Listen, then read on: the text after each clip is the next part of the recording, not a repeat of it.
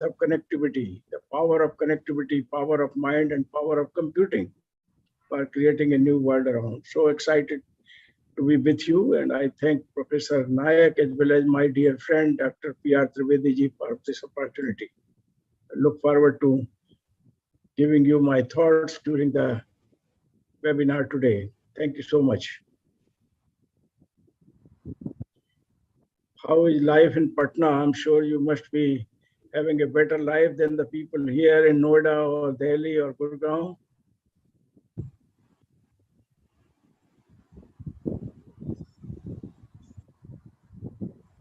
Senthil Burgeshan ji, how is life at your end? Yes, sir. Yes, sir. Fine, sir. I am from Kanchipuram, sir, from Tamil Nadu. Kanchipuram, good place, sir. Tamil Nadu. Yes, sir. Yes, sir. I can see, I visited the place. It's a very, Yes, sir. very good place to be. Yes, sir. Yes, sir. What a pleasure and honor to have you all the way. Let you take back our pranam to the Adi Sankaracharya ji and Yes, also sir. Yes, sir. Tirupati, who is not very far from there. Yes, sir. Yes, sir. And let the Lord Rameshwaram also bless all of us. You know every place from Tamil Nadu, I think so. Yeah. All our gods and goddesses are really having the very best time in the south, where you have grand temples and worship starts at 4:30 early morning. Everybody dressing up with the Vashmi and Tilakam. What a privilege! What a privilege it is.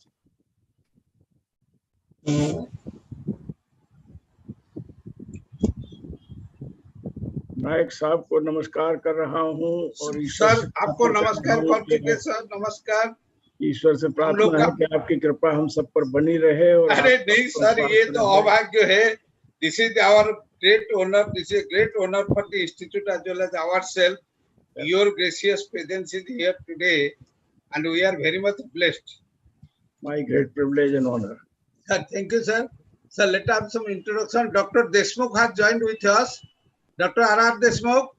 Sir, namaste, good morning. Namaskar, good morning. And Honorable Vice Chancellor, Dr. P.V. Sharma Sahib with us. Our Honorable Chief Guest. Sorry. Sir, Dr. R.R. Deshmukh is the Professor and former Dean of Department of Computer Science and Engineering, Dr. Baba Sahib Ambedkar, Marathwada University, Aurangabad. What a pleasure, what a pleasure. And here is the Dr. Senthil Kumar, our Secretary of the CSI Kanchipuram chapter, very dynamic personality, yes, and conducted more than hundreds of events during this pandemic period. That is the great remarkable thing. Yes. So, Senthil Kumar ji sir hai, and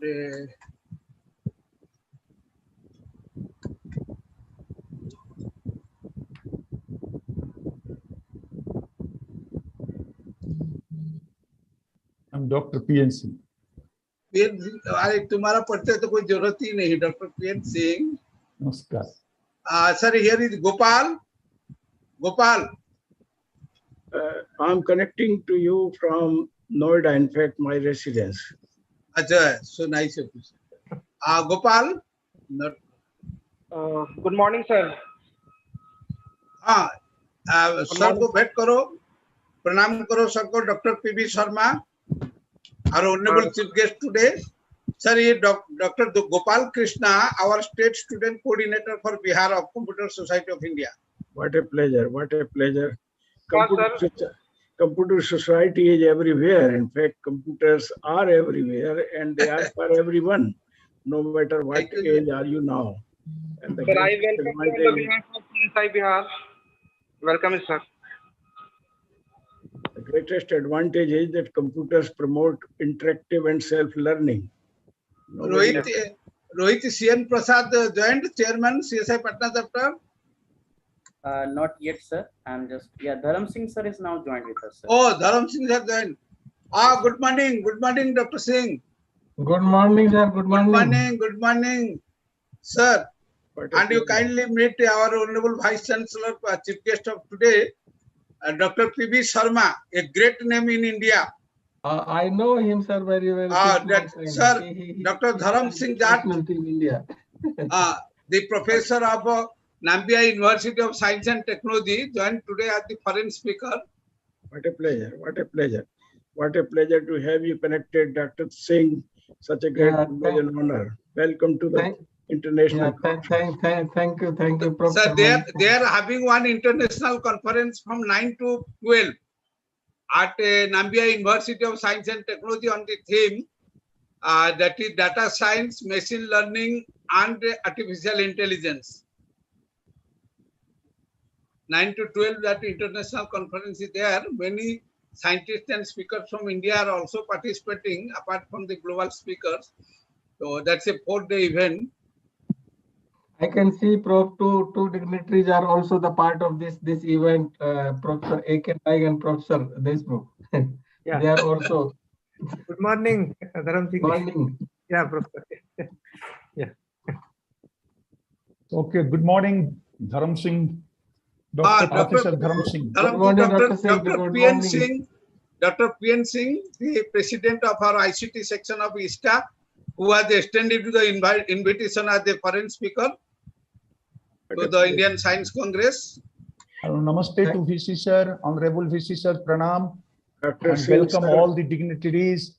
And I have especially the Professor Dharam Singh Jat as the invited speaker in upcoming 108th Indian Science Congress as the president of ICT NCA section. I am very much honored here, feel that the keynote speaker of today after the welcome address and the chief guest address. Thank you so much, sir. Welcome again, Dharam Singh Jat, sir. Neha joined.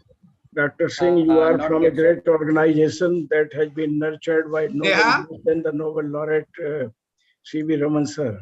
Yes, sir. And we are so proud of Indian Science Congress. I have myself been the president of the engineering division of the Indian Science Congress way back in 97, 98. Okay, And, so nice. It was such a privilege to get connected to the vast body of scientists and technologists, young as well as old, from throughout the country and around the world. And you are keeping us all highly motivated. In fact, I stood for you when one of the persons said that Indian Science Congress is like a circus. I said, don't call it circus. It is the one which is invigorating our mind and soul and commit ourselves for the welfare and well-being of the vast humanity on the strength of science and technology. So I have always advocated for you, and I stand firmly committed for the pursuit of science and scientific explorations and scientific advancement. Thank you, sir. We are having one more guest, Dr. Ajay Pratap Singh. Yes. Ajay ji, kindly meet our honorable chief guest today, Dr. P.V. Sharma, honorable vice chancellor of the Amity University, Gurugram, as well as the former president of Association of Indian Universities, apart from the founder, vice chancellor of the two prominent technical universities. Sir, Dr. Ajay Pratap Singh is the inspector of colleges of the Aryabhat Knowledge University, the technical university of the Bihar. What a pleasure. Ajay Babu, are you audible, Ajay Babu? Actually, Naik sir, the Ajay sir's mic is not connected, sir. So mic is not connected. Yes, sir. Oh. So he's unable to hear us also. You tell him to connect his mic. Now I think, sir, he's connected. Yes. Yes. Sir. Ajay ji connected? Yes, sir. Yes, sir. Ajay ji. Ji, sir. I have already given your introduction to our honorable chief guest. Today's chief guest, honorable P.V. Sharma ji. My mic was mute. That's why I could not listen you. So Sharma sir is there. So Dr. P.V. Sharma. Thank you, sir. Ajay ji नमस्कार कहो, भगवान से प्रार्थना करो कि हम सब लोग जुड़े रहें और खुशहाल भी रहे और कंप्यूटर साइंस और इंजीनियरिंग और सॉफ्टवेयर इंजीनियरिंग से देश और दुनिया की तरक्की बरकरार बनी रहे. Thank you sir, most welcome sir.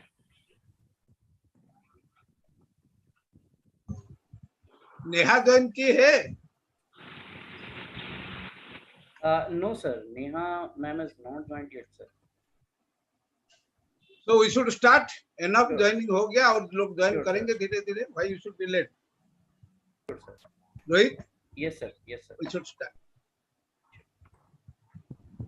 Rohit. 1 second. Rohit. Yes, sir. एक मिनट just है. Just 1 minute just.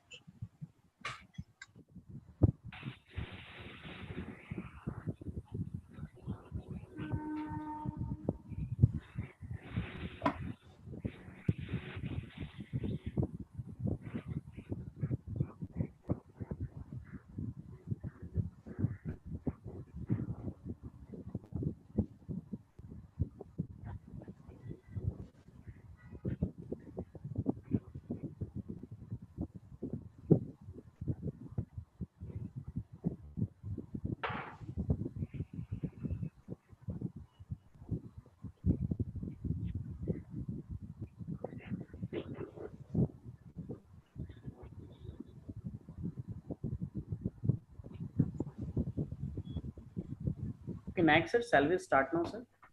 Yes, yes. Okay, thank you, sir. So once again, very warm good morning to all dear guests, participants, and my dear friends. In this today's one-day international webinar on emerging trends in software engineering. Myself, Professor Rohit Kumar, the Assistant Professor of IIBM Patna, a 42 years old premier based school. I welcome you all in this today's webinar. So just to start with the session, I would like to call Professor Dr. A.K. Naik sir for welcome and presidential address. But before we proceed, let me introduce Dr. Naik. Professor Dr. A.K. Naik is presently the advisor of IIBM Group of Institutions, is a former president of Computer Society of India and former director of Indian Institute of Business Management, Patna.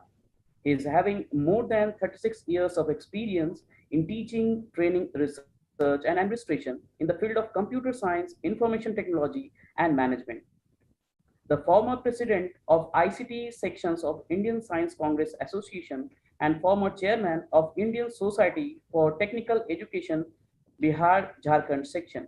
Professor Naik is the fellow of Computer Society of India, International Society for Research and Development, UK United Association, Writers Association, National Association of Computer Educators and Trainers and Management Studies and Promotional Institute, New Delhi. Professor Naik is also associated with the academic programs of more than 40 universities, including as a member of Board of Studies, Governing Council, school boards, and several universities, organized and participated more than thousands of conferences, seminars, workshop, training programs, and faculty development programs of national and international level in physical as well as in virtual mode. He has participated as the chief guest, guest of honor, presided over, keynote speaker in more than hundreds of universities and institutes of national and international repute. He has represented as an expert member in several bodies of Government of India and state governments. He has authored 162 papers, 12 books, and edited 9 books and 10 proceedings of national and international conferences. He has also received many national and international awards, and his biography is already published in 7 international directories.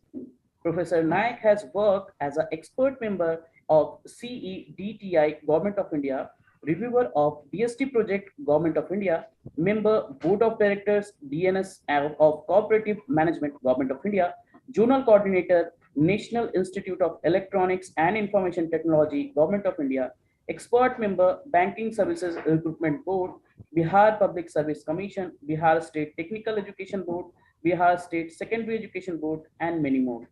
At present, Professor Naik is the member of Board of Studies of Computer Sciences and IT, AICTE, Government of India, and member of Bureau of Indian Standard, Government of India. So with all these words, I'd like to welcome Professor Dr. A.K. Naik sir for welcome and presidential address. Thank you very much, Rohit, for your nice introduction.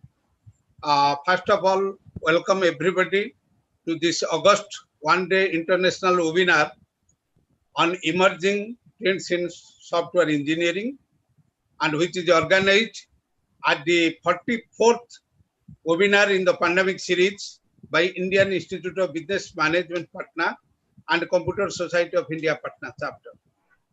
On this auspicious occasion, we are having a very learned persons and a academician of international stature and a great visionary and educational administrator, Professor Dr. P.B. Sharma, the Honorable Founder Vice Chancellor of Rajiv Gandhi Proudyogiki Vishwavidyalaya of Government of Madhya Pradesh, Honorable Founder Vice Chancellor of Delhi Technical University, and former President of Association of Indian Universities, and at presently discharging as the Vice Chancellor of the Amity University, Gurugram, Haryana, which is one of the most prominent university of the Amity group.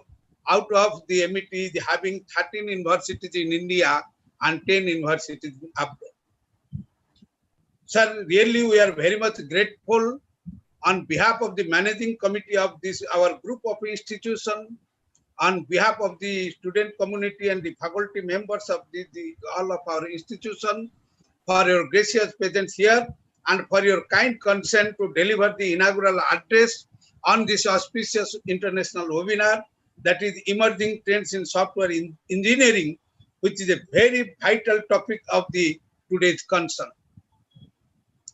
Honorable Sir, there is no requirement of giving much introduction about you, but as I know, the academic fraternity of the country, as well as in abroad, are very well known with the name of Dr. P.V. Sharma, a great authority in the field of education, teaching and training, and able administrator, being the founder, vice chancellor of 2 great government universities, technical universities in the country, and overall for glorifying the presidency of the Association of Indian Universities, which is a very big concern that everybody knows. And we are proud enough today to have you as the chief guest for delivering the inaugural address on this auspicious one-day international webinar on emerging trends in software engineering. Sir, I can just compliment. So, ना हर रात को चांद नसीब होता है, ना हर रात को चांद नसीब होता है, ना हर इंसान को मंजिल प्राप्त होता है, ना हर इंसान को मंजिल प्राप्त होता है, ना हर समारोह में आपका जैसे महानुभव का उपस्थित होता है। जैसे सूरज का बिना सुबह नहीं होता है, रात चांद का बिना रात नहीं होता है, बादल का बिना बरसात नहीं होता है, आज का उपस्थित बिना ये इंटरनेशनल अंतरराष्ट्रीय वेबिनार का गरिमा नहीं होता है। We are very proud enough and very grateful and expressing our millions and billions of thankfulness and gratitude for your gracious presence here and for sparing some time for this noble cause to inaugurate the great international webinar, Emerging Trends in Software Engineering.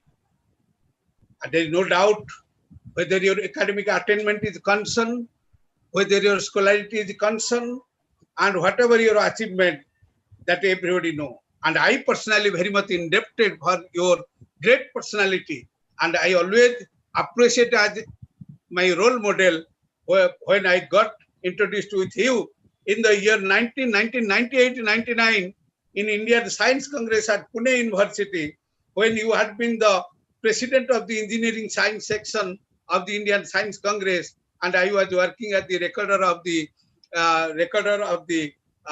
ICT section of the Indian Science Congress.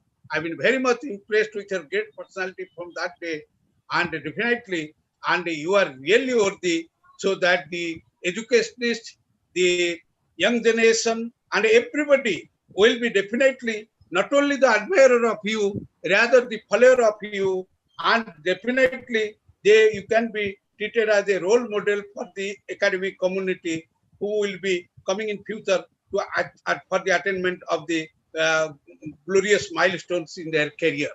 So, आज आपका यहाँ उपस्थित के लिए हम आपको साधुवाद देता हूँ, धन्यवाद देता हूँ। आओ हम वो भगवत गीता का एक पंक्ति को याद करता हूँ, जदा चरते श्रेष्ठ तत्तदा इतरे जना सहजत प्रमाण कुरुते जनाः तदनुवर्तते। अर्थात महाजन देन गतस्य पंथा, अर्थात महानुभव जो बोलते हैं, महत्जन जो बोलते हैं, हम आप इसको अनुसरण करते हैं, हमारे रूप में मार्गदर्शक का रूप में काम करते हैं, वही मार्ग पर चलते चलते हम मंजिल प्राप्त करते हैं। जो महानुभव जो अचीवमेंट किए इतना आसान नहीं है, मंजिल दूर हो सकता है, रास्ता कठिन हो सकता है, पथ दुर्गम हो सकता है, लेकिन लक्ष्य अभेद्य होना चाहिए। ये इस टाइप का शिक्षा आपसे आज का युवा वर्ग को जरूर मिलेगा।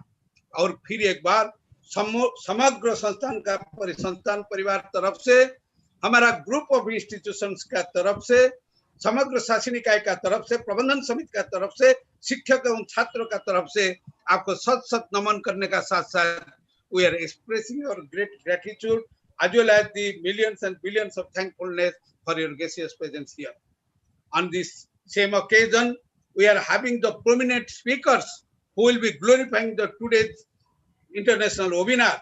Notable among them, the president of the ICT section of the Indian Science Congress, and Dr. P.N. Singh, Dr. Parasnath Singh, is also a academician of a stature and a great quality academician, and I know him since last 30 years, and because he is a son of the soil, he belongs to this Bihar, and besides that, in 2007 and 8, when I became the president of the ICT section of the Indian Science Congress, at that time he was working at the principal of a great engineering college at Patna, and I have invited him for the invited speaker, and from that year, and perhaps it is about 15 years, he is continuously getting invited as the invited speaker to the Indian Science Congress ICT section. Perhaps it is one of its unique record in the history of the Indian Science Congress.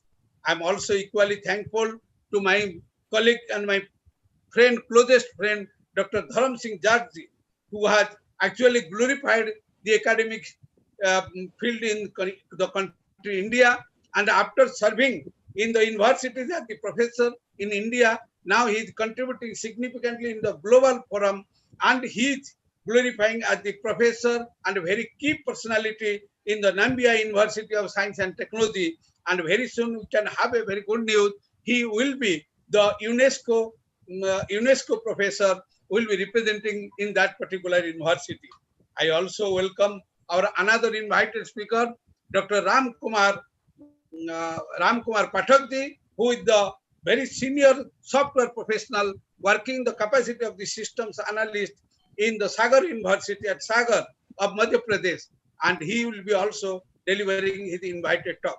I have invited him because since it is the title is concerned to the software engineering, so that means one practitioner should be there apart from the academician, and he is a practicing man and in the field of software engineering. That is why we have invited him as the invited speaker. Besides that, I express my thankfulness, I express my gratitude as well as the hearty welcome to other dignitaries who have been present and the different guests on this occasion, particularly notable Dr. Ajay Pratap Singh Ji, the Honorable Inspector of the Colleges of the Aryabhat Knowledge University, one and only one technical university of the state of Bihar, Dr. R.R. Deshmukh, the professor and the former dean of the Department of Computer Science and Engineering of Baba Saheb Ambedkar Marathwada University at Aurangabad, Maharashtra, Dr. Senthil Kumar, our most dynamic and vibrant Secretary of the Computer Society of India, that Kanchipuram chapter, and many more dignitaries, the Deputy Director of Indian Institute of Business Management, Ganesh Pandey, the host, Professor Rohit Kumar, as well as the Bihar State Student Coordinator and Professor of the Netaji Subhash Institute of Technology, Dr. Gopal Krishna, and many more dignitaries who have been present here and whose name I am unable to take. But I apologize, I am not being able to take the names of each and every individual. But I heartily welcome each of you to this great and auspicious webinar, as well as I welcome all the guests and the faculty members of the other institutes and all technocrats and all professionals, along with my dearest and nearest student community who have been connected through the YouTube, because we are having very large student base who cannot be able to participate to the direct connection, Zoom connection. We have provided them the YouTube, and many of them are also watching in the Facebook. I also welcome each of them from my core of the heart. The topic what we have chosen, software engineering, emerging trends of software engineering today, because it is known to everybody, and according to the time, the trends of the software engineering is being changed. कोई बोला था समय बदलता है, रिश्ता बदलता है, मंजिल बदलता है, प्रोफेशन भी बदलता है, and our nature of work भी बदलता है. इसको देखते हुए, if you think when the computer got incepted before 7 decades, 1946, in the Pennsylvania University by two professors of the electrical engineering department, James Eckert and John Makule, and just started the programming with the machine codes, and that happens until though we have got the high-level language pattern in 1957. In between, the assembly code was there. But from that, the paradigm of the software industry has been changed from time to time. And once upon a time, when we had been the student, we were writing a variable only by putting a character followed by a characters. But today, there is no limitation. You can have a one source line used as a variables. trends have been changed and advances in the computing has been changed. We are having the classical programming in nature and classical software development, but now we are thinking of that to developing the software, communication software with the mental software, which will be uploaded in the human mind so that human can communicate with another, one can communicate with another without any physical devices. We are at the doorstep of that kinds of thing. We have started with the artificial intelligence in 1956 at the inception of the second generation computer, but time to time this artificial intelligence got empowered and its application domain have been enhanced like anything by the introduction of the voice synthesis, image processing, multimedia application, networking, and all these things. It have been got very much empowered from time to time. But the thing is that, and when the volume of data got increased from the scientific application started in 1960, where we have started using of the computer in the research laboratories, as well the universities for the scientific calculation, and the nature of calculation was quite complex, and a huge number of calculations were there, but very less volume of data were there. In 70, we have started the business data processing where the volume of data become higher. So that is why a proper data organization method was sought and file management concept has came into the existence. Why I am telling all these things? According to the upward mobility of the phenomenon, what is happening, the trends in the software technologies and software engineering have been changed from time to time. In late 70s, there became the market competition for providing and launching the products. And that is why the volume of data has been the exponential growth, and better and better data management techniques were sought. That is the result. In 80, we have got the database management system. Multiple and interrelated number of files can be clubbed together. And in 90, we got the relational database management system. 2000, data mining. 2005, data warehousing. 2010, big data, and then ultimately data sciences. But what is the thing is happening? As the volume of data have been exponential grown in the volume, we needing the better and very efficient methodology for taking the quick decision, because it is the requirement to take the right decision at the right time by a right person for the right implementation. That is why the artificial intelligence got applied with the big data environment along with the cloud computing environment, and we are having the business intelligence. From AI we came to the BI, and from BI we came to the CI, computational intelligence. From CI we came to the DI, data intelligence, and from DI we came to the EI, that is the emotional intelligence. Today we are talking of, which will be ultimately changing the games, and will be having the tremendous changes in the forensic science in the come. Till today we are having the forensic science only after the happening, but we can have the forensic science today, and before the happening we can be able to detect the criminals and criminal-minded person. It is due to the power of the emotional intelligence. My point is that when these kinds of changes are happening, definitely the trends of the software engineering is also changing from time to time. And what has been identified in the current era, that we have seen that what happening, the software development, and that is the thing is that the software development and software development trends are changing in a very rapid manner. And we have seen during the pandemic period, 63.3% of the business organization has adopted the digital transformation, because to cope with the needs of the situation. Not only that, so far as the growth of IT sector is concerned, the growth of IT sector have been, of course, declined by 5.4% in the last 2020, but expected to have a growth of 4% in the 2021. And what happened, another thing, I am telling all these things because the trends in the software engineering definitely having some role and impact on these developments. And the thing is that pandemic has compelled us to have the remote working, and our remote team got successful, showing the productivity in 59% enhancement of the productivity during the pandemic period, when people have worked in the remote location.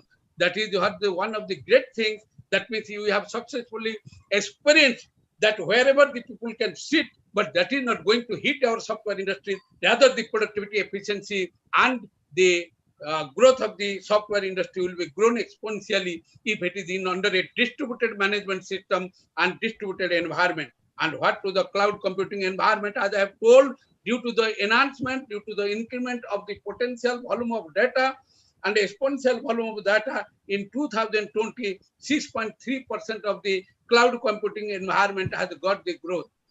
And e-commerce is getting to grow, are going to have a growth of the 16.3% in the coming year 2021 and 22. And everybody has experienced what is the growth in the e-commerce during this pandemic period, when this it is only ICT, information and communication technology, which has successfully tackled the management of the systems through the information and communication technology. Whatever it may be, whether it is the logistic management, whether it is the business management, whether it's the Medicare system, whether it's the medical information system, and every paramedical system, everywhere the ICT has played a significant role, and particularly when the peoples are having the disastrous moment and not able to move from their houses, at that time, this e-commerce and the electronic delivery has shown a great help to the people and community. And we are expecting 16.3% growth will be happening in the coming year to come. Like this, the future days are coming. People are telling that we can have the dependent on low code development. There will be not requirement of the complexity in the code development. The common man can be able to have the development of the codes, and the apps will be developed through the low code, and where we'll be needing the different types of look for the software engineering development and huge manpower on that area. If all these things we think, and what are the things that they, and another one of the things, the technology have been developed in such a rapid manner, and the development in the computing has been done in such a manner, we are having the multiple computing environment, and time have compelled us, our software engineers, to work on the API environment, application program interface environment. And the outsourcing of the softwares are concerned, it is booming in a very great way. In 2020 has seen the record of $443 billion of the outsourcing, and we are expecting more significant growth in the 2021. Viewing all these points and viewing the changing dimension in the software applications, and we really imagine that the e-governance project is implemented in such a vigorous way. That means we are in India particularly, we are talking of the digital empowerment of every citizen and delivery of the services at the doorsteps of the man. And as much as the application will be wider, security will be a great challenge. In the future days, we need, there is a trend, the change in the mode of the software engineering so far as the security analysis is concerned, and to tackle the industry 4.0 and education 4.0, as well as the one of the remarkable thing is there, our wearable devices, our wearable commodities like your shirt, pant, goggles, and shoes, all these things are going to be intelligent, and communication ability will be embodied in those devices. So definitely it will be changing the paradigm of the software engineering coming today. And besides that, the big data analytics, the other fields are there, where will be definitely, there is a changing parameter so far as the software development is concerned. And with these few words, because our learned speakers are there who will be speaking, and we are waiting for our honorable chief guest, to whom we eagerly waiting to listen, I want to conclude my speech, but with a single note that whatever the things, wherever the development should be there, but we should be able and capable to utilize the services of this ICT, development of the ICT applications and development of the software engineering, and the whatever the developments will be happening in the software engineering. So that should be for the beneficial of the man, because the technology which will be able to not only provide the national integration, rather the international integration. Let this technology should work in such a manner to satisfy the great pankti of Bhagavad Gita, Aham nijo parabheti svabhava lagate sang udara chet samcha vasudhaiva kutumbakam. That should be the objective and motive of our all the latest development in the software technology and the software industry, and it should have to be utilized for the benefits of the man. Sarve bhavantu sukhina, sarve santu niramaya, sarve bhadrani pasyantu ma khashi. Thank you very much once again, and praying to the God. May God bless each of you who have been connected with this international webinar to pray the daffodils from their future professional career. Thank you very much. Namaskar to everybody, and with the hearty welcome to everybody. Thank you very much. Very nice. Thank you so much, sir. Thank you so much, Nayak sir, for your welcome address. So now we will proceed further, and it's a time for our chief guest's address. And for that, I would like to welcome Professor P.B. Sharma, sir. But before we proceed, let me introduce Professor Sharma. A reputed academician academician Professor P.B. Sharma, currently the Vice Chancellor of Amity University, Gurugram, has been the founder Vice Chancellor of Delhi Technological University, DTU, and Rajiv Gandhi Technical University, RGPV. Professor Sharma is the former professor of IIT Delhi and former president of Engineering Science Division of Indian Science Congress. A doctorate from University of Birmingham, UK, Professor Sharma, during his professional career spanning over 51 years, has made distinguished contribution to the advancement of frontier of knowledge in the areas of mechanical engineering, gas turbine technology, nanoscience and technology, new energy and environment technologies, knowledge and innovation management. As a founder vice chancellor of RGPV, Professor Sharma has made distinguished contributions to academic innovations and research and development at RGPV. It was Professor Sharma's vision for innovatively designed RGPV campus that has now blossomed into the campus gravitation with strong industry partnership and focus on industry and society relevant research and development. It was Professor Sharma's inspiration, leadership that Amity University Gurugram has taken great strides in the sponsored research and development and fosters innovation in plenty during his life association with DCE DTU lasting for nearly 25 years. Professor Sharma has made a highly distinguished contribution to academic research and administration of his prestigious institutions. He has the master visionary of the innovatively designed new campus of DCE and has to his credit the rise of DCE and DTU to high global esteem in frontal areas of research and development and innovations. He has received many awards and recognitions. Professor Sharma has been conferred with the honorary degree of Doctor of Engineering by the Alma Mater University of Birmingham in 2013. Professor Sharma has also been conferred with the honorary degree of Doctor of Science by Dr. K.N. Modi University in October 2019. So with all these words, I'd like to welcome our today's chief guest, Professor P.B. Sharma sir, for chief guest address. Thank you so much indeed for your very kind words about me. And I wish to especially acknowledge and express my gratitude to Professor Nayak for giving me this opportunity to be with you this morning, especially when we are deliberating on a theme and a topic so important for the welfare and well-being of the vast humanity. Let me also express my profound happiness in having such a distinguished panel for this international webinar, which includes Dr. P.N. Singh, which includes Dr. Dharam Singh ji, which also had Dr. Senthil Kumar all the way from Kanchipuram, very many distinguished persons associated with Computer Society of India and Indian Science Congress Association are also here, and great many inspired minds of students and faculty from all over the country and around the world are connected to this important international webinar.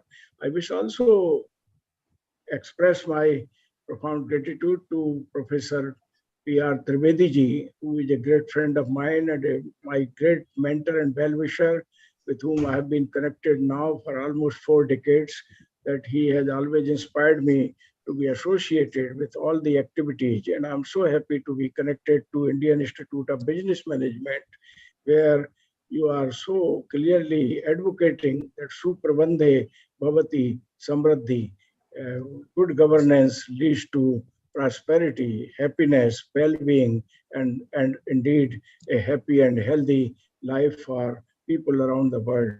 I'm so happy to be with you this morning. Ladies and gentlemen, a lot has been said about me. Partly, I take it most humbly as your warm appreciation as well as your blessings to a person like me, who have been connected with technical education and research for now over half a century. I look back to my own years of graduation in 1969. I was so fortunate that the day when my result was declared, the man has already landed on the moon on that day. And I was so excited that engineering and technology and the advancement of science together can move the mountain. If it can take the Apollo mission to moon and allow the astronaut Arms Neil Strong to land on the moon, then I think the great days are ahead for the mankind. And it exactly happened that way.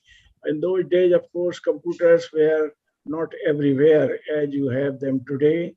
At that time, only a few privileged IITs were having computer facility. And I was so fortunate to be associated with IIT Kanpur in those days and could see the vast computing machines being utilized by the men of science and technology, trying to working out computer solutions for solving some of the complex mathematical equations and looking at their applications for solving the life problems of science and engineering technology. Those were the days when great big machines occupying almost a building, in fact, they were the hallmark of computing. I was very fortunate, of course, to go to Birmingham University, where you had the large size computers like IITs, but also you had computing machines in the departments, where you had, in fact, the mainframe computers in almost every major department. And I had the privilege of utilizing the mainframe computing within the department, connecting it to the machines lively for online data acquisition. And I was so happy that despite the fact that in those days you did not have the privilege of a keyboard in front of you or a small laptop from where I'm communicating to you, but great work was being done in those days for development of what they called computer programming for solving some of the complex phenomena and processes. And I was very lucky thereafter, of course, to come to IIT Delhi, who invited me to join their faculty. And I, without even my applications, I was so privileged that Mother India is calling me. I must not hesitate to say that I was among the first person in the IITs to acquire the mini computer way back in 1981-82 and utilize it for direct connect and association with my machine, which I designed and developed for gas turbine application, and ensemble large volume of data online and process it also using the power of computing of a small mini computer which I had in those days called Mink 11 of Digital Corporation. That is how the computing grew. Soon later, of course, the Hewlett Packard rolled out the desktop machines, and I also saw the development of Sinclair personal computer during my days at University of Birmingham. And today, of course, great advancement has been made in this direction. I recall my days at IIT Delhi as well as Delhi College of Engineering way back in 1995 or so. The Computer Society of India, which was earlier known as Association of Computer Manufacturers and Peripherals, invited me to address their annual general body meeting in 1995 and asked me to share my vision about the future of computing and the future of computer engineering and technology.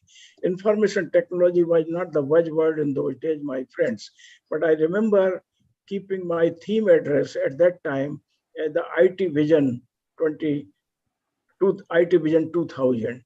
And I spoke about great advancement and great days which are ahead on the power of computing, power of mind, and power of connectivity that could be established, because in those days we were talking about connecting computers together, form networks by which we are able to connect the machines and utilize the bigger power for computing.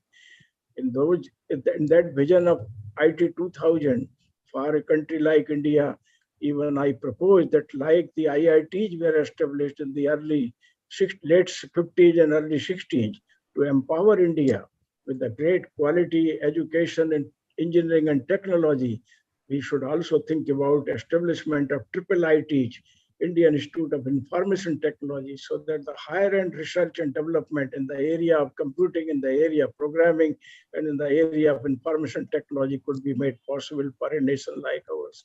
I was really so happy that the dream of IIITs has also been later made a reality with the establishment of IIITs in our country. I would have liked IIIT to grow in great numbers like the IITs have grown, but perhaps that has not happened. But I would ensure and pray to God Almighty that in future, many more institutions singularly devoted to the advancement and cause of software engineering and information technology are established in our country to facilitate the advancement of science and technology, both of information technology, of computing, as well as computer applications that are so important for a nation like ours, as well as for the global community around the world. Having said this, let me come back to the today's international webinar on emerging trends in software engineering. Software engineering, of course, is today one of the most vibrant discipline which we have in the universities here in India, as well as in the great universities around the world. People take India seriously because Indians, right from the age-old civilization of ours, the Vedic civilization, have relied on the power of mind and on the power of connectivity. In fact, our forefathers were able to process tremendous amount of data and information and compute, in fact, utilizing the power of mind, a lot of mathematics, which is now called the Vedic mathematics. We all have been trained right from the childhood to do what we call the mental computing, mind computing it is called today. And that is where I think the power of mind and power of connectivity is leading us towards new age and new visions of software engineering, where business, the transaction of the business, the speed of transaction of the business is ever increasing. In fact, the highest speed to which the transaction of information, data, and business could achieve is what we call the business at the speed of thought. What Bill Gates has coined the term way back in 1999 when I was walking to Bhopal to take over the position of the founder, vice chancellor of Rajiv Gandhi Technological University. Business at the speed of thought was in fact the book I found on the at the airport, and I picked it up and I said, oh, good heavens, I mean, that's the highest speed to you go to. So imagine of the computing machines of tomorrow where you think about something and that really happens in front of you. The power of computing will go to that extent. The whole idea of artificial intelligence, machine learning, and the whole lot of automation that is taking place, the kind of virtual reality which we are creating and driving the agenda of software development to cope up with the ever increasing demand for speed of transaction is in fact leading us in that direction. Days are not far off when in my own life, I will have the business at the speed of thought becoming a reality. Having said this, let me also say that there are great challenges ahead for those who are engaged seriously in computer science and engineering and data science and data analytics, as well as those who are engaged in the development of software and advancing the frontiers of software engineering. While it's very important for us to focus our attention to development of intelligent, smart machines of tomorrow, where not only man-machine interface and machine-machine interface, but interface by which these machines would be so strong, so important, so intelligent, that they would even be surpassing the imagination of the people who are using it. And machine learning and artificial intelligence together are driving that agenda. Software engineering has a tremendous amount of advantage, in my opinion, compared to other disciplines of engineering, because these machines which you have, which are utilized for development of software, they are interactive. And the interactive learning, self-learning, is in fact one of the greatest benefits you have in the arena of computer science and engineering, as well as in software engineering. But we have to be very careful here, because really speaking, we are playing with our future also at the same time. COVID lockdown has given us a wake-up call. It has reminded us about our responsibility, not only towards us as humans, but towards the entire creation which God Almighty has put together. And therefore, we have to be responsibly utilizing the power of mind, the power of connectivity, and power of networking facilitated by software engineering with greatest responsibility. Today, we find that the social media, which is thriving on the success of the applications of software engineering, is also utilizing this power for a negative purpose, creating scare, putting sensational news, often putting fake videos, and all these are major issues today which we have to resolve. And therefore, apart from the advancement of intelligent machines and computing, robotics and automation, we will have to pay much greater attention to the security aspects of data as well as software engineering, software reliability, software security, software integrity, alongside with increasing responsibility of people who use these intelligent machines would be resting on our shoulders as we trade and transact in the arena of education and research in the domain of software engineering.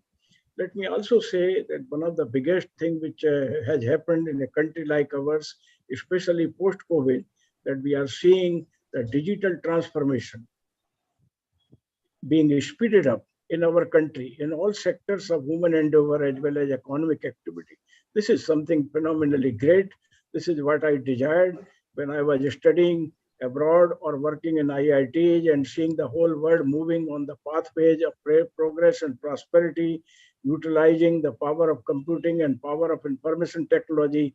I was asking God Almighty, when would India pay greater attention for the application and utilization of software engineering and information technology for transacting much of the services and businesses within our own country.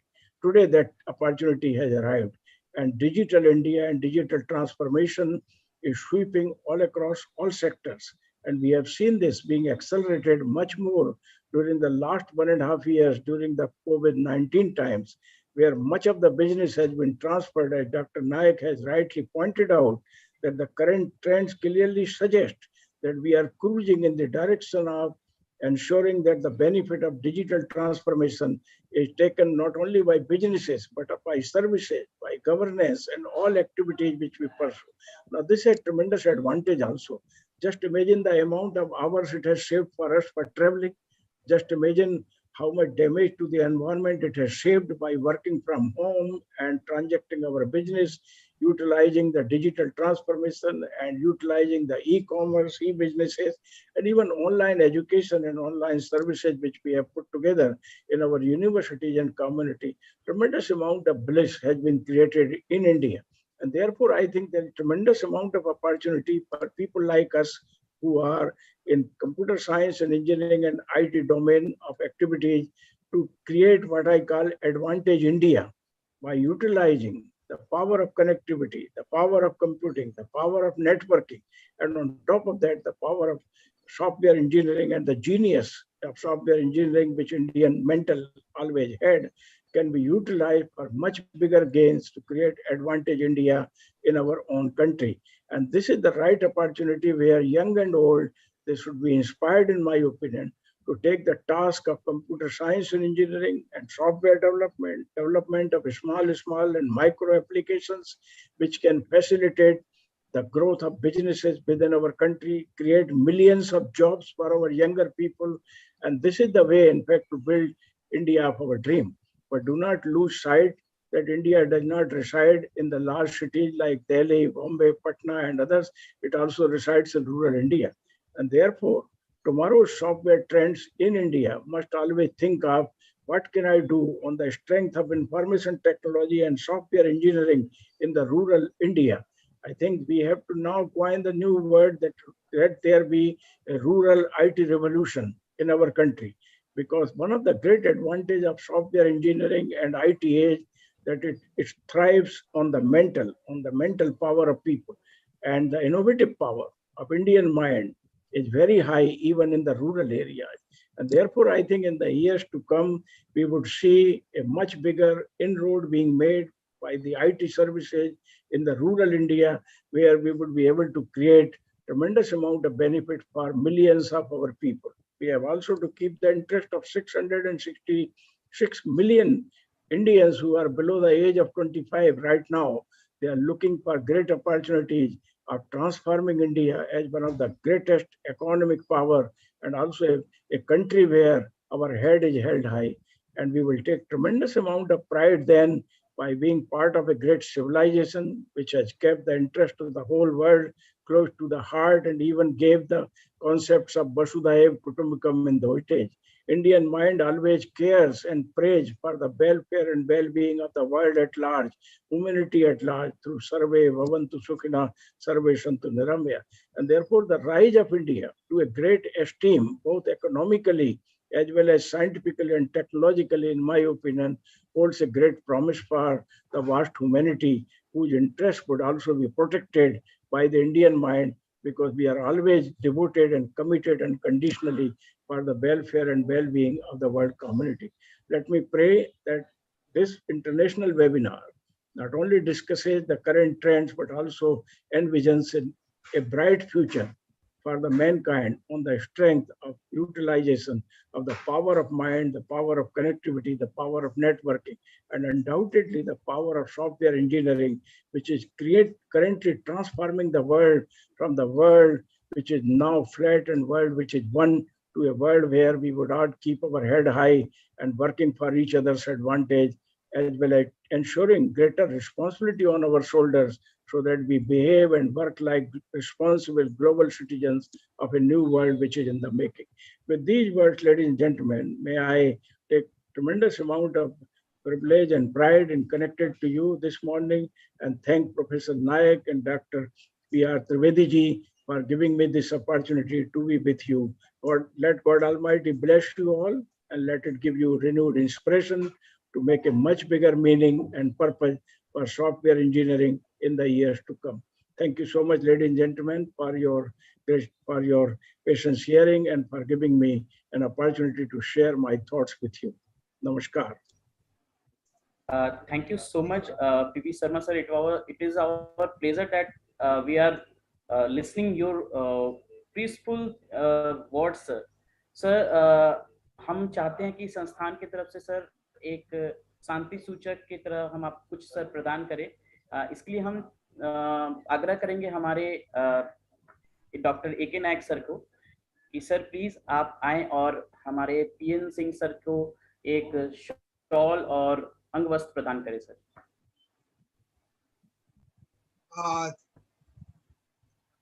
Thank you very much, sir, and for a kind address to this audience. And really, the Indian Institute of Business Management became honored by your gracious presence today, and as a token of love and respect from this institute, and I want to just honor you by presenting a Angvast shawl, and which will be delivered to you in online mode. So thank you, sir. Kindly accept it. Thank you, Dr. Naik. It's a great token of our love and token of our love and respect. Thank you so much. And we are really very proud enough. Yeah, very proud enough that you have been here. Aapki blessings hai, and I accept it with all humility. And thank you very much for giving me this opportunity. Thank you, sir. Thank you very much, sir. Thank you very much, sir. And one of the most important thing is that, and our honorable chairman of the group, Dr. P.R. Trivedi, is always very high words regarding you, so that you know he's a man of versatility, and by his effort only, today the Indian Institute of Business Management and its group, Dr. Zakir Hussain Institute, Indian Institute of Ecology and Environment at Delhi, and we are having a pan-India presence, including the setting of 2 universities.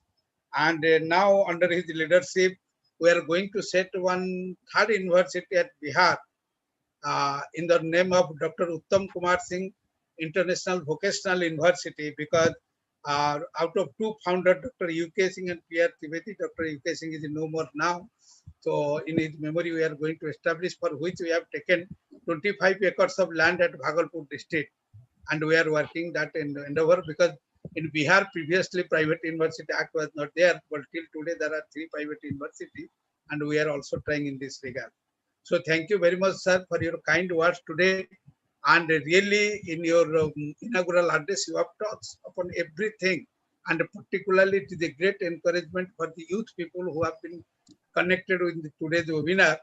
And your kind words definitely will be providing them the moral boost to go forward, as well as to cross more and more miles in their professional career in future.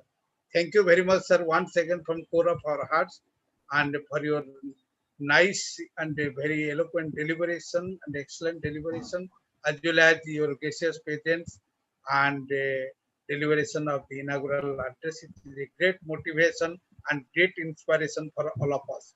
By the meantime, sir, there are three persons of our organizing committee also available here. I want just have to introduce them with you. Dr. C.N. Prasad, the chairman of the CSI Patna chapter. Yes. Prasad, are you audible, C.N. Prasad? C.N. Prasad? Professor Ganesh Pandey, the Deputy Director of Indian Institute of Business Management, Ganesh. And Professor Dr. Vinay Kumar Singh, the Director of Institute of Business Management. Dr. Vinay, and they are not connected in audio, I think.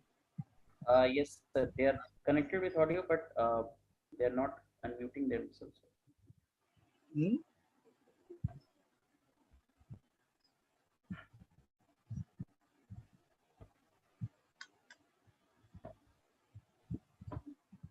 I think there is a network congestion, sir. So, Rohit, we should Yes, sir. proceed further. Sure. Answer. Okay, thank you so much, P.P. Sharma, sir. So now we will move towards our next session, and that's the time of the keynote speaker's address. And our today's keynote speaker is Dr. P.N. Singh, sir.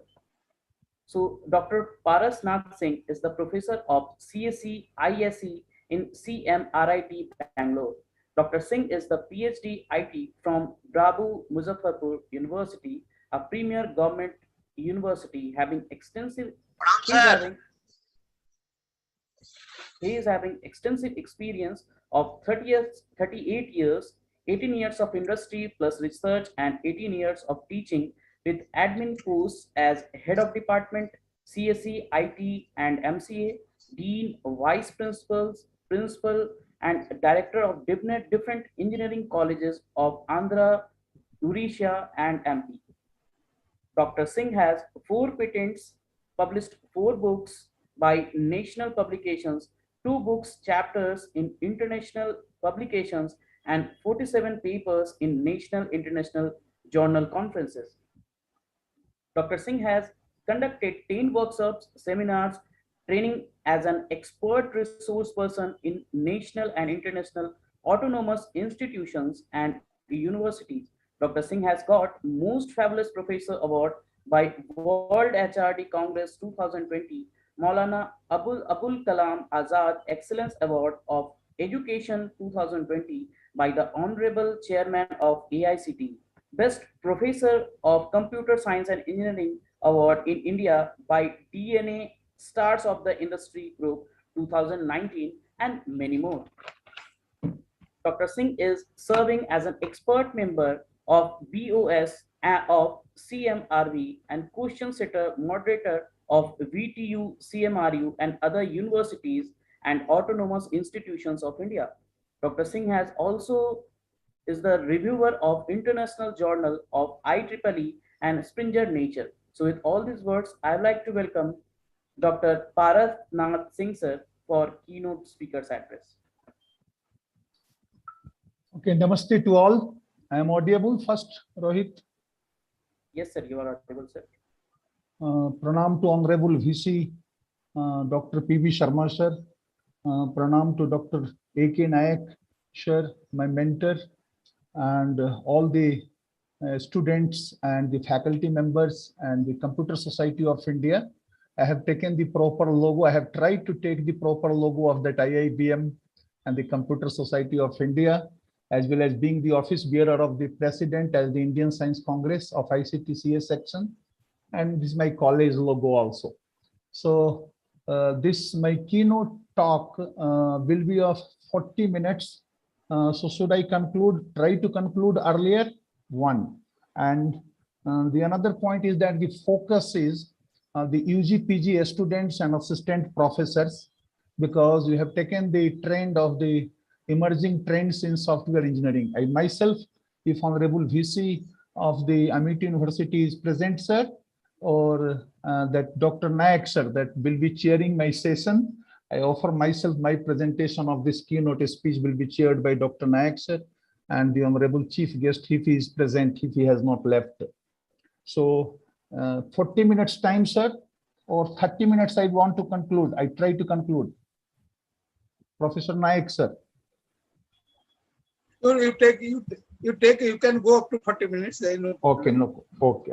So I'm starting, Rohit, with that, and I guess that some of the panel member has told that if you are having that facility that you can record this presentation for the future educational environment also, because a little bit my presentation will be totally technically, and here the BC. It is being recorded. PN, it is being recorded as well as the live view is also going on. Good. So, okay, thanks for that, giving me opportunity, and I get start. So before I start for that, and here again, I beg my apologies from the veterans available here, so that you do not say that why is telling the contents of that software engineering, or why his tone or language is like teaching the students. So that being the teaching area of the 18 years experience and the industry 18 years experience, I have also crossed the 36 years of experience. So first, I have taken these words, or in the way of that presenting this keynote speech. So little bit like that, I am just explaining something which is already known by the experts, but it will be beneficial to our students. So again, I have missed my names. I welcome again, as I have invited officially Professor Dharam Singh Jat. Sir, you are there, sir? Professor Dharam Singh Jat, sir. If you are listening me, okay, all the students are there, okay. So before starting this, no, so some of these students of the BCA, MCA, MTech, BE, these are also having the debate, and debate is going on because these two terms, the engineering and technology, and again the science, because you will see in the science congress whether the engineering subjects are also taken as the science. They are calling engineering science, and sometimes it is debated by the technocrats that what is the difference between the engineering and technology. So for that, straightforward giving the definition in my way, that science, you are studying the natural world. You are studying in which way it happens, what are the facts behind it. And those science, when you are implementing to create, manufacture, or build something, at that time we are calling it engineering. For that reason, somebody may ask you that you are telling the software engineering. So being the principal of the different engineering colleges of Andhra and Odisha for 12 years, and now the university professor. So some of these engineering background, the guardians were asking me, so that how you are telling that the software engineering word, sir, engineering related to that, anything is there? So that I just what I have learned from my seniors and teachers and professors of IITs. So in which way they were defining. So whether you are implementing the science and technology to create, manufacture, or build, whether it is a product or service, it is engineering. And again, in which way you are doing it, in which way the products or services are manufactured, or in which way you are applying those principles of engineering, that particular application style, the principle of engineering for the manufactured services, the technology. So for today's keynote speech, I have taken this agenda, so that introduction first about these emerging trends in the software engineering. The background also will have the one slide. And what are the noticeable trends in the software engineering? And we will be discussing, referring the professor of IIT, Rajiv Mal, that who has written the first book of the software engineering. And one of our Indian professor is also in the Melbourne University of the Australia. I think the Dr. Naik sir knows him, Rajkumar Bhuiya. So Rajkumar Bhuiya, by the name, I have understood that he must be person from the Odisha. So that I have also tried to invite him as the, so he is the first person of the world, I guess, in that way. So introducing the cloud computing and writing some notes, and his book is famous in all the world. So that the SaaS, the software as a service, I have taken from there. And then latest 2020-21 software engineering trends and their architecture trends, how it is being changed.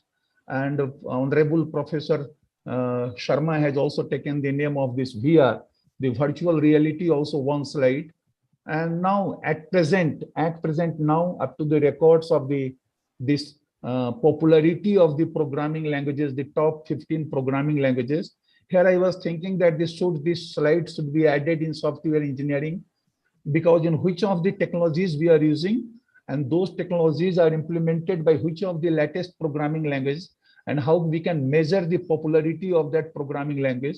For that, they have taken this PIPL index from India and from USA. And PYPL index means popularity of the programming language, in which way the hits are counted to the Google for all these programming languages, and how the Python jumped across the Java also last year. So we will see in that slide. And lastly, again, what are the challenges in the software development technology, and then we will be summarizing.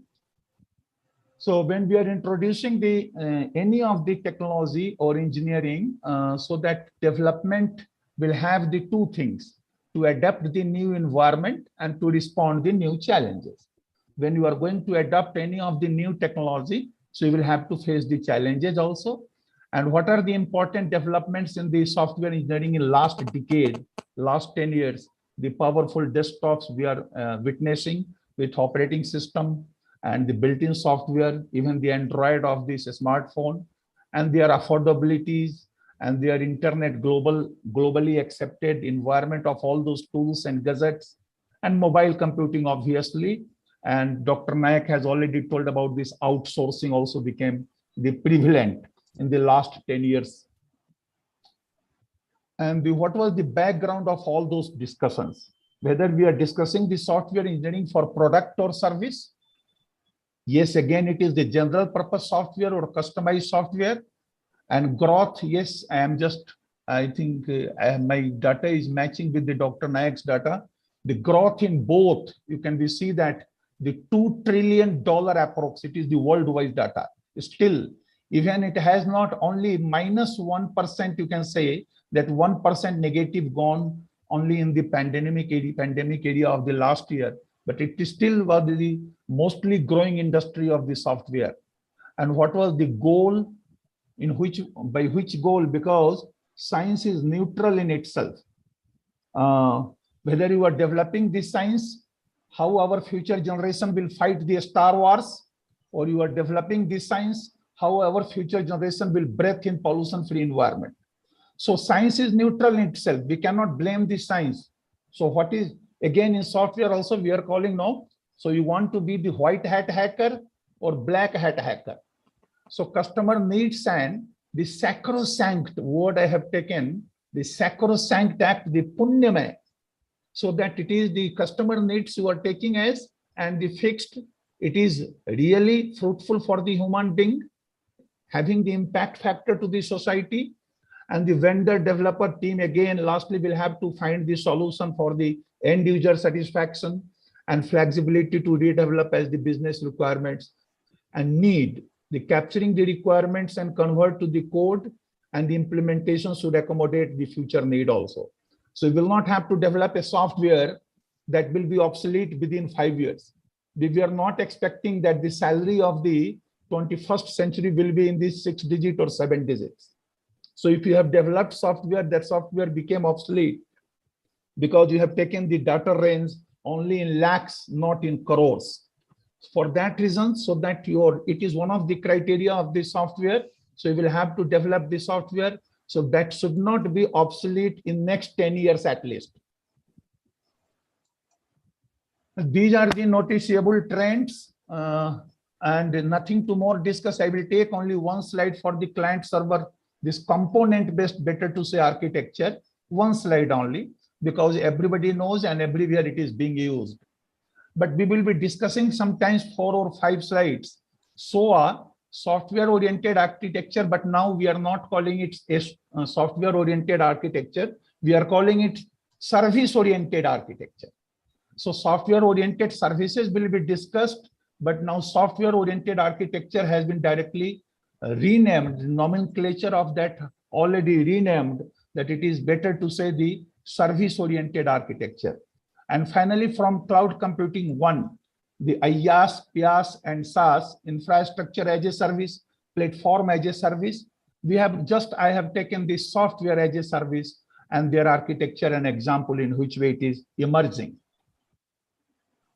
In client server, we know that the clients makes the request and server fulfills the request according to the authentication and the availability of the resources.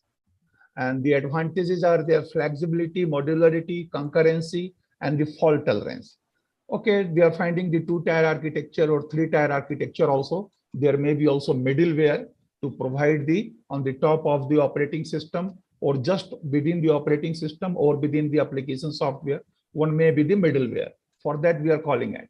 So clients may be on low configured computer and your server is fast propagating the data in the millions of instructions, millions of bits per second. Whether your client computer is able to take that, we will have to take the consideration when we are developing the software. So whether the server is transmitting or emitting the data, propagation speed, you have the channel, even you have the wireless channel, whether it is going to accept in that speed. So data link layers to be considered here, whether the client computers are breathing in between taking those such data in data transferred in such a speed from the servers. For that, we will have to take care of this architecture. And that is only one slide I have taken for this client server technology.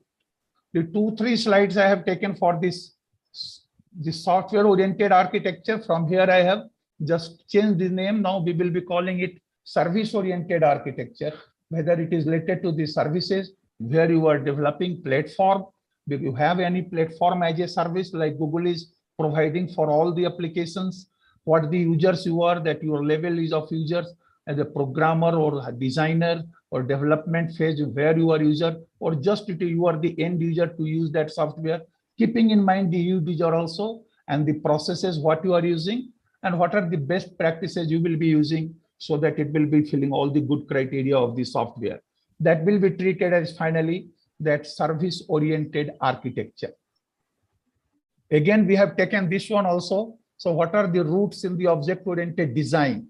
Whether the service oriented design sometimes will be hindrance for the object oriented design.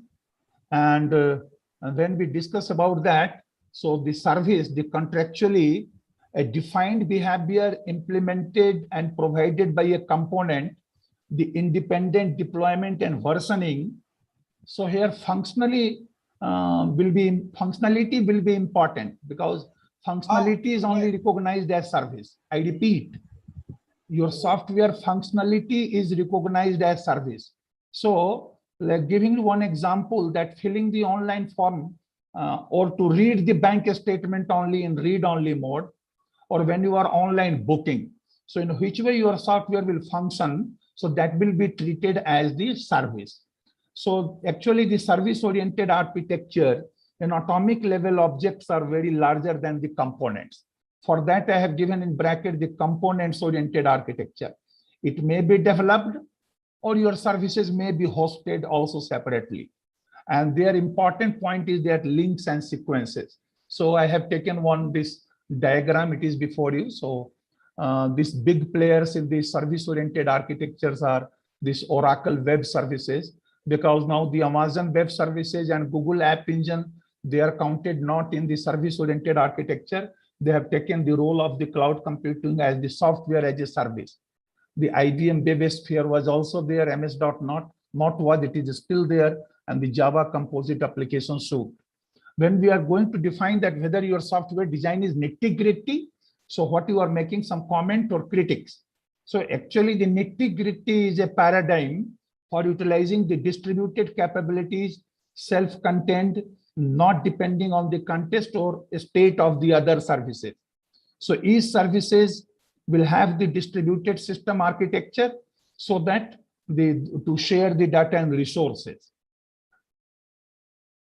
So I'm going to the next slide. These are the principles of the service-oriented architecture. So it is already in front of your eyes that abstracting the underlying data and logic. It should be composable. The composable word will be digested by the professor of English or not. The autonomous and sharing a formal contract, and it is loosely coupled, or when we are developing the old term. The old terms are there, coupling and cohesion. They have taken this term in mechanical engineering also, so that your software should be more cohesive and less coupled. when we are talking about the integrity of the functions, modules, and stateless and discoverable. The implementation of the web services, because what the software you are developed, that you are developing on web-based applications, so that your functionality is there, the accessible, and it is checking the authentication, it is platform independent or not, and what programming language you have used. And I am leaving the question mark for this orchestration, because what are the required metadata? If you are developing one web application software, so what will be required metadata, whether it is you are using the XML, the extended markup language, in sufficient details to describe this web service definition language, WSDL characteristics, and the driver data protocols by SOAP, the simple object access protocol. You will have to take care of all those. So in cloud computing, when we are discussing about the service-oriented computing, so it will be treated as the core reference model. And actually, what do you mean by service orientation? You will have to modelize it, whether your software will be working as the middleware on the top of the operating system or between operating system and the services. Whether it is virtual operating system and virtual hardware is also given by IaaS, infrastructure as a service. So whether it is adopting the concept of services as the main building blocks of the software, their speed, their cost, their flexibility, interoperability, and evolvability.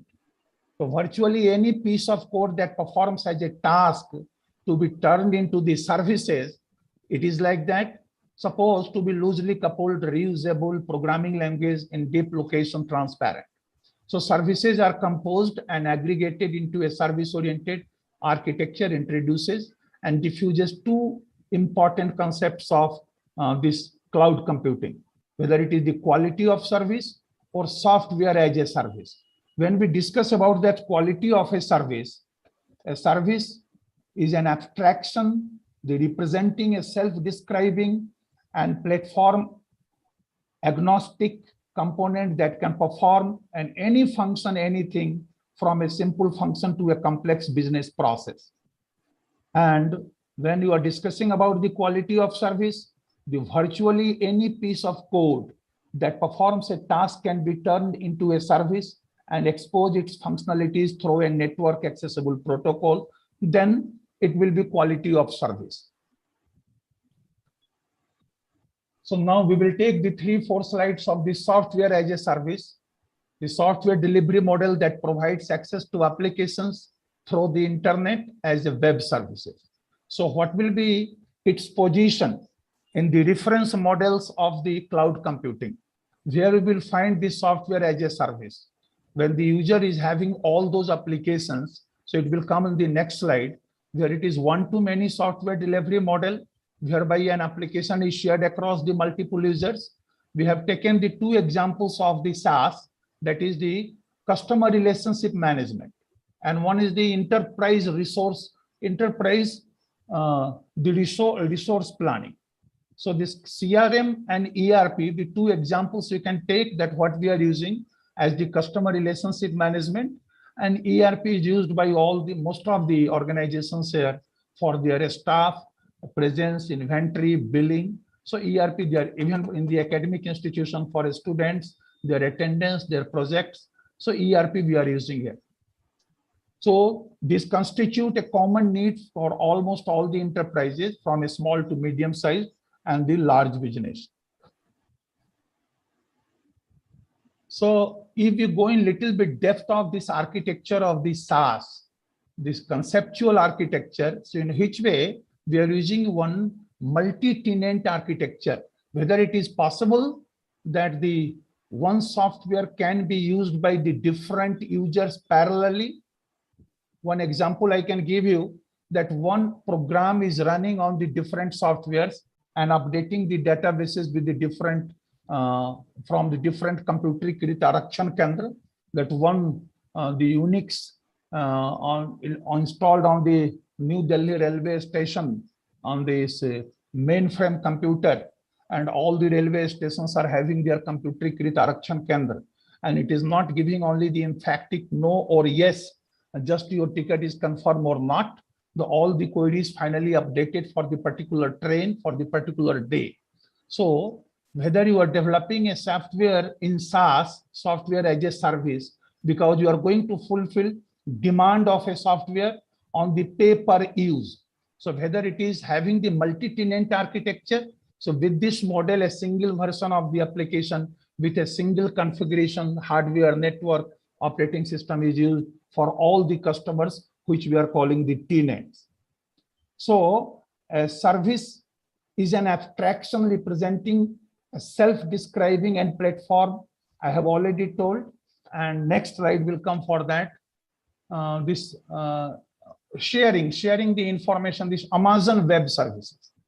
The Amazon Web Services claims that it is having all the reference model of this cloud computing, whether it is IaaS, PaaS, and SaaS, infrastructure as a service, platform as a service, and software as a service. And they are giving renaming this one as XaaS, everything as a service. So yes, they have established, and in which way they are managing all those. Infrastructure as a service means you will have to think that hardware they are also providing. Hardware also they are providing virtually. Platform also they are providing like Google to develop the software, and the software as service. So everything is provided as they claim, and up to 90% of our experience, their claim is correct. The Amazon Web Services is XaaS. This is the everything as a service. Now coming back again, that the software as a service has come to the version 2 logically. Logically, I'm using that it is not a particular software, because we are discussing about the services. It is focusing on providing a more robust infrastructure and application, and software as a service application can serve the different needs. CRM and ERP, we have already given the example. The wide range of services for applications, customer relationship, human resource management, enterprise resource planning, and many other features. One example I am giving of the direct software as a service. Earlier it was force.com, now it is salesforce.com. So it is built on the top of the force.com platform, which provides a fully environment for building the applications. All the users can hire it, because the pay is it is hired on the pay per use, pay per hour, pay per hour, better to say, because it is the software, and it is taking care of that if you are not getting the access or the access is interrupted in between, so those hours will not be counted. They have developed like that. So they are using the software as a service, salesforce.com. Now one slide I have taken from the cloud computing. So where this SaaS are there, when on-premise you are having all these applications, when you are hiring some infrastructure as a service, it is given here on the bottom, but we are calling at the top of the operating system, the hardware virtualization, the servers, the storage, and the networking. You are hiring from some of the service provider, which you are giving the infrastructure as a service. Platform as a service coming 3 levels up also. They are giving you also software to develop. You will not have to license paying the early fee. You can hire for 1 day, 2 day, 1 month also, and you will pay and you will develop your software. The Google is the major role player. They are big player there. And whether it is the software as a service, so everything you are getting there. So I have given the example of this Web 2 and the vendors and product of the Google Workspace. Formerly we were calling it G Suite, and the Dropbox and Salesforce.com, and the Cisco WebEx, and the SAP Concur and GoToMeeting. Sometimes we are using now the Google Meeting, so that it is also that one example of the software as a service.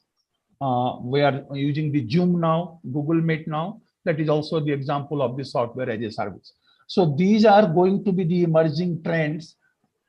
Now, again, behind further that, extending that, the benefits delivered at the stage that we are following, the cost is reduced because you are paying as you are hiring, and service level improvements and rapid implementation, they are increasing the speed, and the standalone configurable. I'm not giving any of the force here because still the banks are not going for the clouds because they don't want to share their data, the transaction. They are giving the value-added services for the booking and the transaction, but they are not going for cloud to share their data because the NASCOM itself has given any restriction about how the third party will store the bank's data.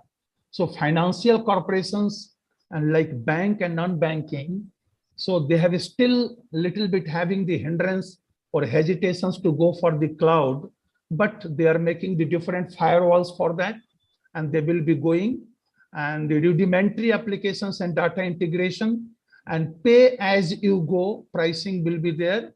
So these are the benefits of the software as a reference model. Again, one slide, it is taken from the net, that what are these three things? This all the cloud computing reference model. I have taken SaaS at the beginning. This thing you can refer in your answers, so that what are the examples and what are the services we are finding for that. So now concluding the SaaS, whether the application service provides the ASPs, there are having some disadvantages of that also. Because when we are discussing about that, this application service provider, so user must accept applications as provided by the application service provider. And risk of the application not fully meeting the organization needs, it may be. The integration with the customers and the other applications and systems might be challenging. So these are the three limitations you can say, so that it cannot be fully all the 100% advantageous to hire the application service providers. But the software as a service, the complete software you are taking, and if your databases are distributed to your financial or your organization, so delivers the software to users for a fee. For temporary, you can use that particular software, or for long-term use, they offer the recent version of the software and they are updating. Like that, you are getting in your mobile, their software update process is going on. So allows the user to save all the applications data on the ASP server, and known as the on-demand software. Now, going little bit in the depth. So if we are discussing what are the 5 latest software engineering trends in 2020-21, and in which way the diagram is showing these innovators, the early adopters, the early majority, and the late majority. The 4 new trends among innovators include this micro front ends and the async API, the data mesh, and the policy as code. The micro front ends are intended to bring some benefits of microservices. I think the Dr. Nayak and the Professor B.B. Sharma has told about that, the microservices, to the UI player. And by breaking up a complex system into a smaller and more manageable pieces, teams can rapidly develop and release new features that if you are developing part by part software, that one person is developing some functionality, the other is doing something else, some hardware collection of data, filtering the data, pre-processing of the data. So this thing already discussed here. And now that if it is the early adopters, so early adopters means what? That after appearing on the InfoQ, we reached out to this concept of this data mesh was the first discussed, and in some of the articles, and that thought-provoking concept is that the pitfalls of a traditional data warehouse or a monolithic this structure, they can be avoided by embracing domain-oriented this data ownership. I have not used the term the embarrassing, I have told embracing. Okay, so that this graph and the reactivate programming and this hypertext transfer protocol, all the modules I have given in a shape, and we have used the term one, the chasm, in which way to say that it is software engineering and scientific computing, that failures of, if it is in health issues or mission or safety related systems, have served as examples to promote the use of software engineering best practices. For that, this chasm may break it. For that, these are coming to the green. And finally, we have come to this one, so domain-oriented and microserver and behavior and the test-driven design. So these are the latest trend that primarily digital world already discussed, focused, and we have got this flash on those digital world in which our honorable chief guest has given. The growth of the IT sector, remote work, cloud service gain momentum, e-commerce software solution on demand. And if you are loving programming, my background is programming. So if you are loving programming, this Python catching up the Java, better to say already crossed. The Python has crossed last year Java in the terms of IT field and their growth, and containers and microservices on rise, low code development or less code development, because you are getting the thousands of built-in functions. So you are coding like you are talking to the computer, so that there is less requirement of coding, and continuous development, delivery, and deployment. And again, the user satisfaction is not there up to their benchmark. Again, you are passing the patching. And finally, yes, the outsourcing is going on. If I will take that one word has taken only 2 slides for the virtual reality. So what are the main components? This telepresent, full body immersion, and the network communication. So the person at the another location and can manipulate the objects. Though in reality, really it is going to happen. Remote, we are moving, switching off the car from little far distance. The desktop also we have experienced. So many graduate students as undergraduate students have given the project controlling your desktop from far. So from there you are issuing and your desktop will be off, or again it will be password protected. Means you are logging out from far. So remote control of the desktop. So full body immersion, network communication. So whether you are this virtual reality, you are discussing with the egocentric environment or exocentric environment. What are the difference? That head mountable display, virtual reality display, and user is given a window view, data is rendered in 3D, but user can only view it on a screen. User cannot interact with the objects as it is interacting with the objects in egocentric environment. One more slide I have taken for that. So in which way the visual and oral systems, they allow user to see and hear the virtual world, manual control navigation, diagram I have given picture just to make the excitement among the users. And I request that if in your lab that one virtual reality instrument is there, you can experience for the central coordinating processor and software systems, in which way really it is working. It generates and manipulates high quality graphics in real time and needs a very fast processor. And it is also coming in the Walker model. So the input devices captures and records the movements of the user's feet as the user walks the turns in the different directions. So this technology you can also use in the drone. My son has purchased a drone. I have given one project. So the Indian Navy Army is asking a project in Bangalore, so that our torpedo is just hitting the target from the that see any of the this going on. So, but any of the software you can develop in that way, so that our torpedo will be moving behind the moving objects.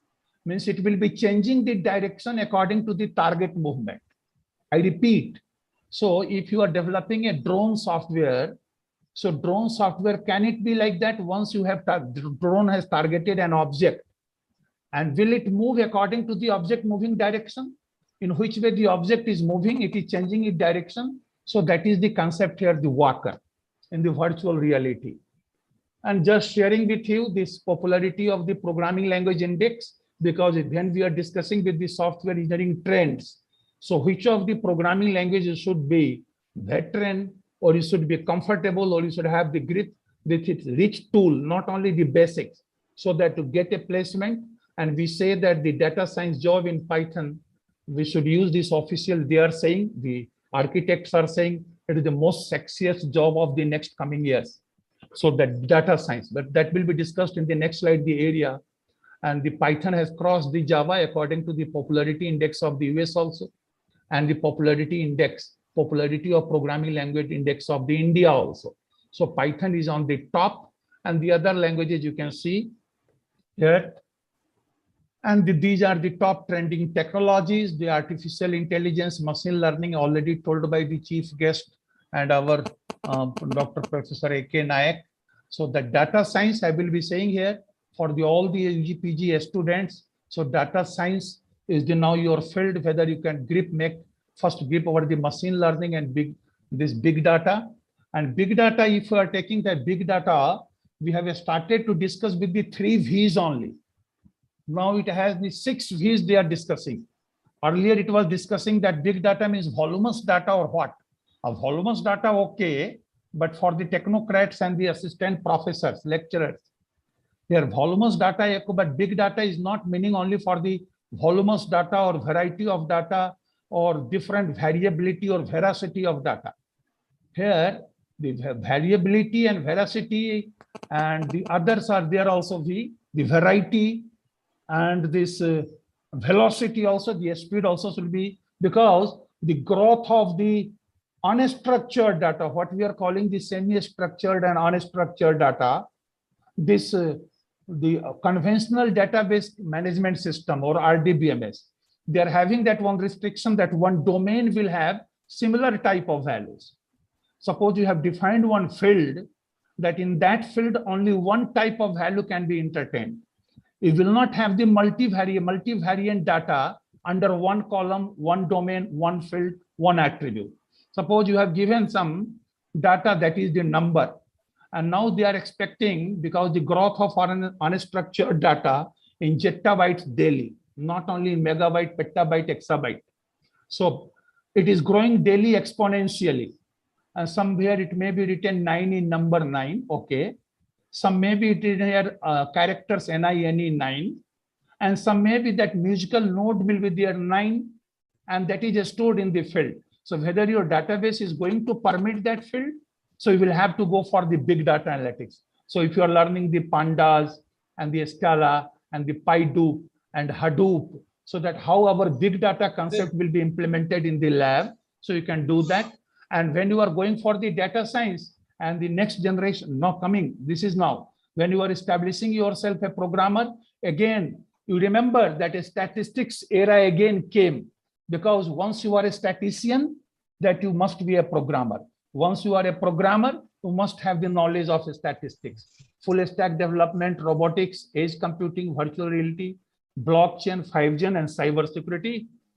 And these are the challenges, so that I have that, that I think the one slide you will have to wait for more, for 2 minutes.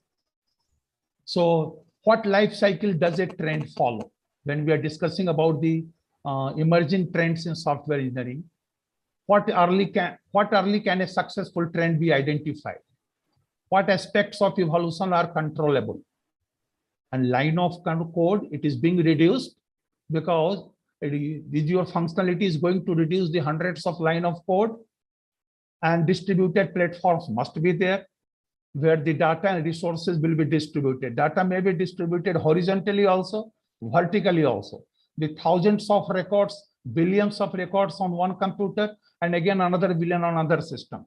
And vertically also, for that front end and back end, that most of the fields that giving in the front end and the back end is keeping the important fields to update that data. So again, the authenticity, capability, speed of the middleware, what we are using as the software service, that must be taken. And these are the differences. I have mentioned only the 2 professors, Rajiv Mal, what the book you are preferring, and Raj Kumar Bhuiya, the University of Melbourne, and the link of my lecture note directly given here of the cloud computing and applications, that you can go to my faculty portal also, and you can directly, if the request will have, the request, if the access will have a problem denied because you are not the authorized user, the request will come to me within an hour. It will, my system, my desktop will give me alert, and I will permit you to access my lecture notes and the recordings. So there is no end, just begin that. It is the technologically one where the truth changes based on facts. Because on which our honorable chief guest was telling that on one the short interview, somebody has commented about the Indian Science Congress, and their debate was also going on that this fact, proof, truth. So that here only in the technology where the truth changes based on the facts. So thanks to IIBM and CSI, and I am inviting all of you, welcoming all the academicians, scientists, researchers, and participants in the 108th Indian Science Congress. It is the tentative schedule, 3rd to 7th January 2022, and it is going to be hosted by Symbiosis International University, Pune. And the link is still available for both, for my profile and for the Indian Science Congress. And the Indian Science Congress is having its own government link. But here, to see that, to fill, to register, all we are expecting that you are sending your papers before 15th of September. Thank you very much. I can welcome 1 or 2 questions from the audience if they ask. Thank you, sir. Thank you, Rohit.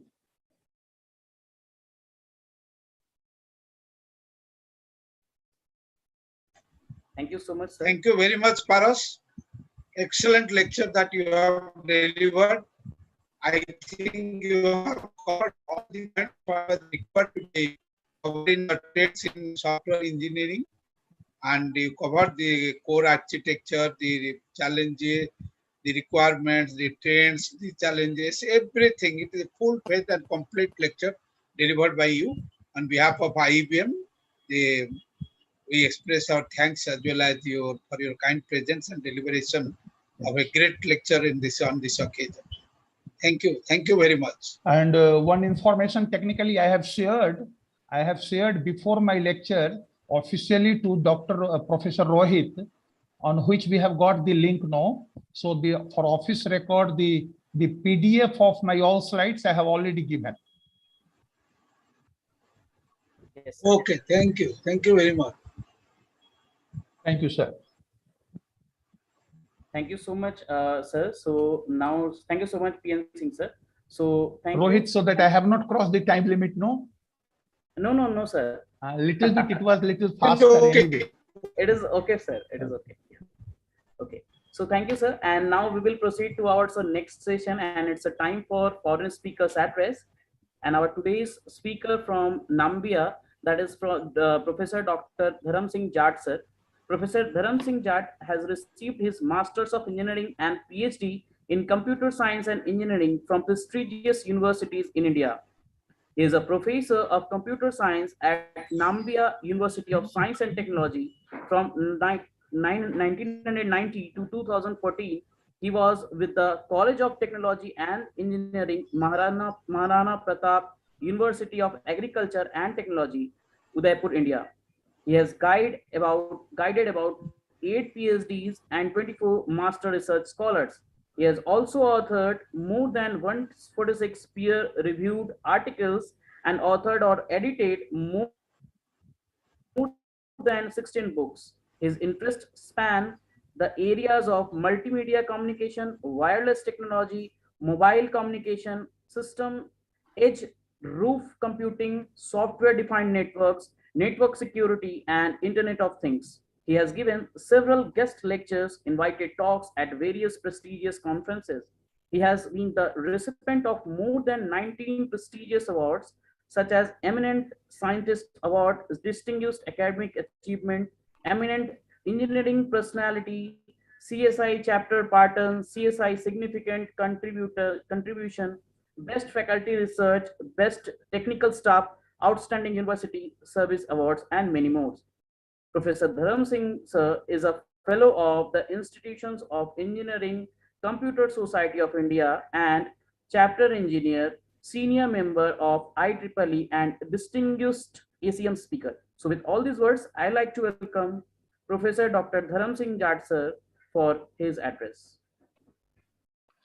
Thank you, Rohit, for nice introduction. So can someone give me the sharing right of my screen? Yes, sir. Now you can share, sir.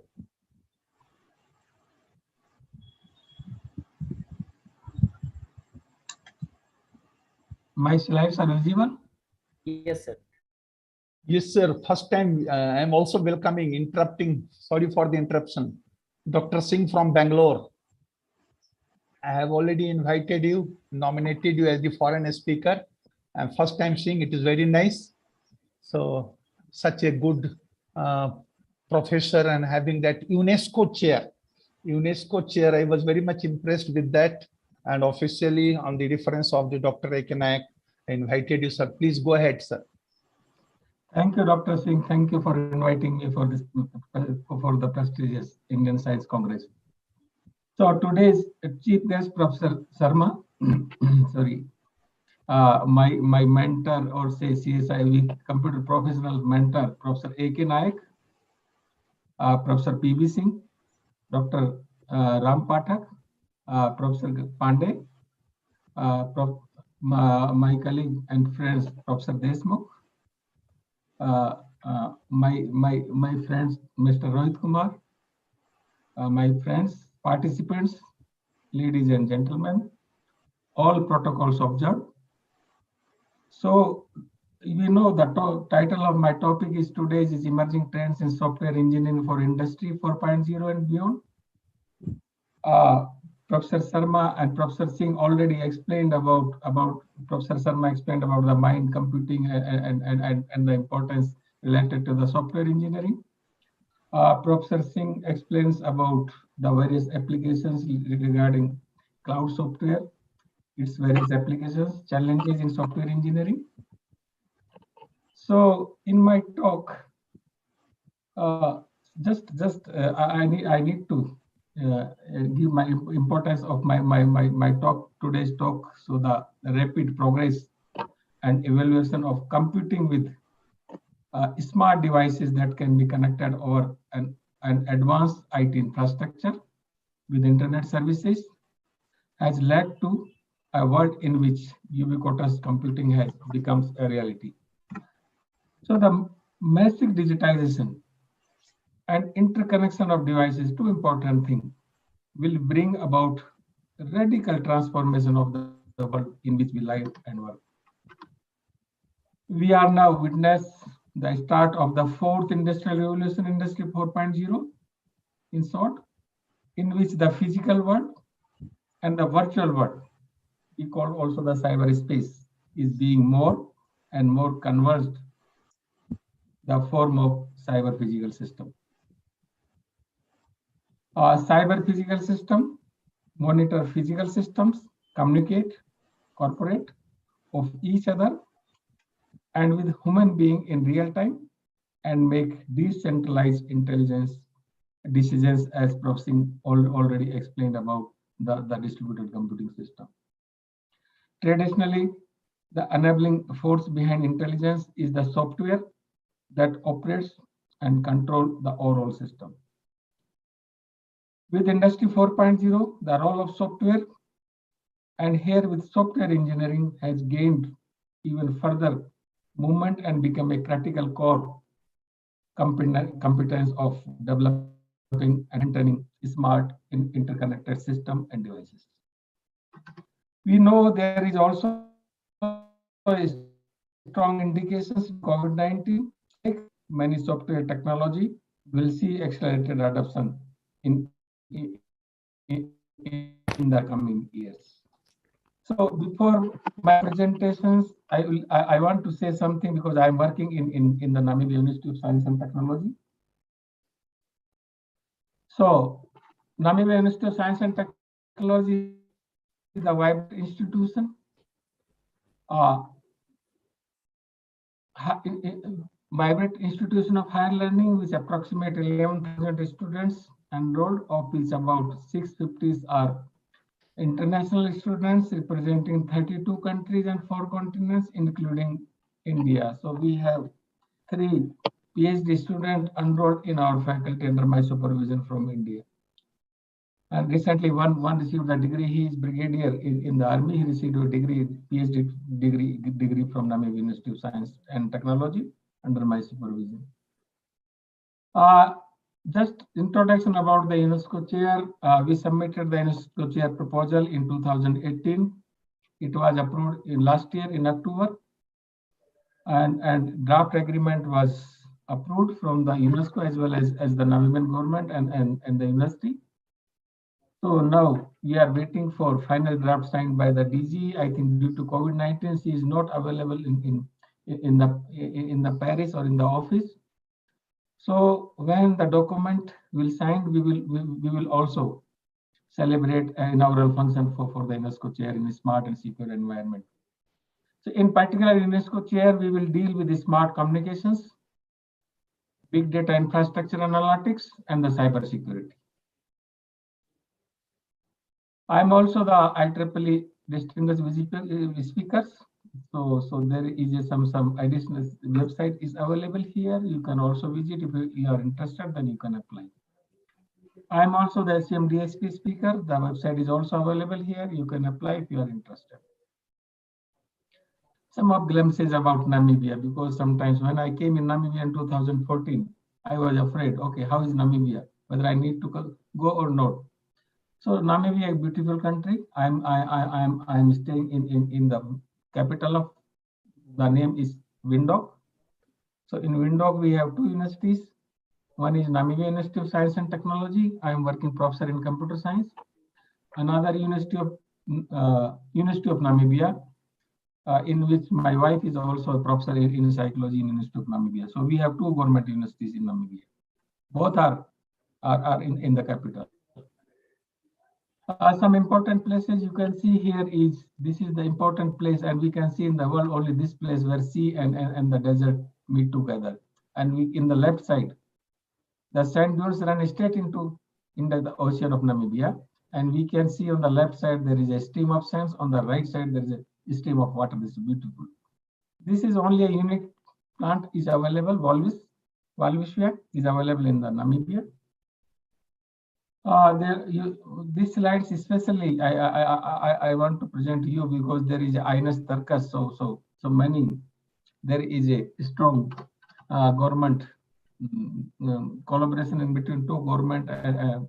So in regards, there is also a visit of Ines Tarkas 2 times in Namibia.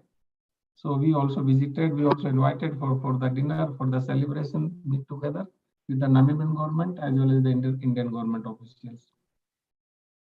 Some of movies, Indian movies also shot in Namibia. This is, I think, Ghazni Dhoom 2 shooted. There is, this place is called as Sosan Valley. So the Ghazni 2 and other movies also shot in Namibia. Our former President, late Pranab Mukherjee, visited in Namibia, and he presented his address or his speech in our university. In university, during that we have he announced that India government is going to sponsor, or India government is going to help in establishing a India Namibia Center of Excellence for IT. So now we just established a India Namibia Center of Excellence in Information Technology, and we are working close with the government of India. In my presentations, I will cover something regarding software engineering trends, hype cycles, open source softwares and collaboratives, system requirement, artificial intelligence, as Professor Sharma and Professor Singh already explained that these are the emerging areas, artificial intelligence, edge computing, those and the blockchain, those are the emerging areas. So I will explain more technical about those three important areas, and especially the architecture of the edge computing, fog computing, and cloud computing, and applications in our real scenarios. I think my time is 30 minutes, so I need to finish my talks within 28 minutes and 2 and 3 minutes for the question and answer. Now the trends, software engineering trends.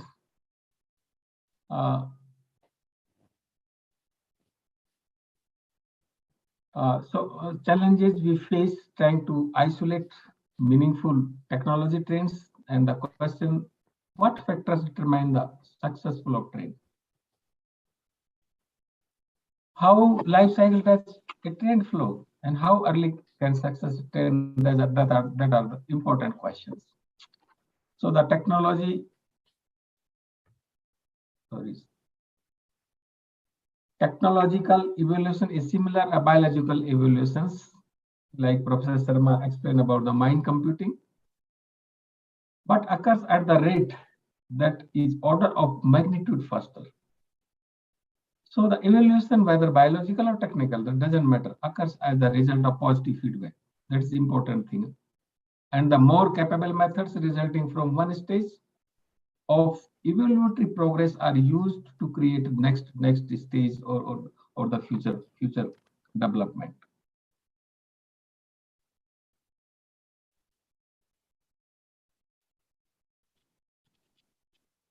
So the software engineers and developers face the often formidable challenges dealing with, we know, the rapid change. That is the important things.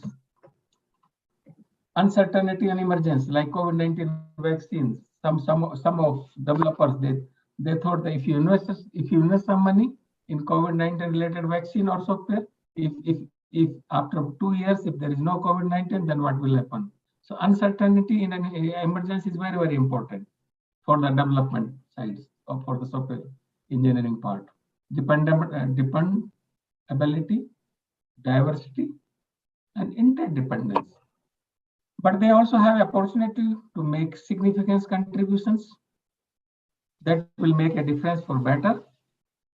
But what of more modest short-term innovation and tools and methods that we can use in the software engineering for the future development. So the important thing for in the software engineering is high cycle and the software architecture. Just is the introduction for you.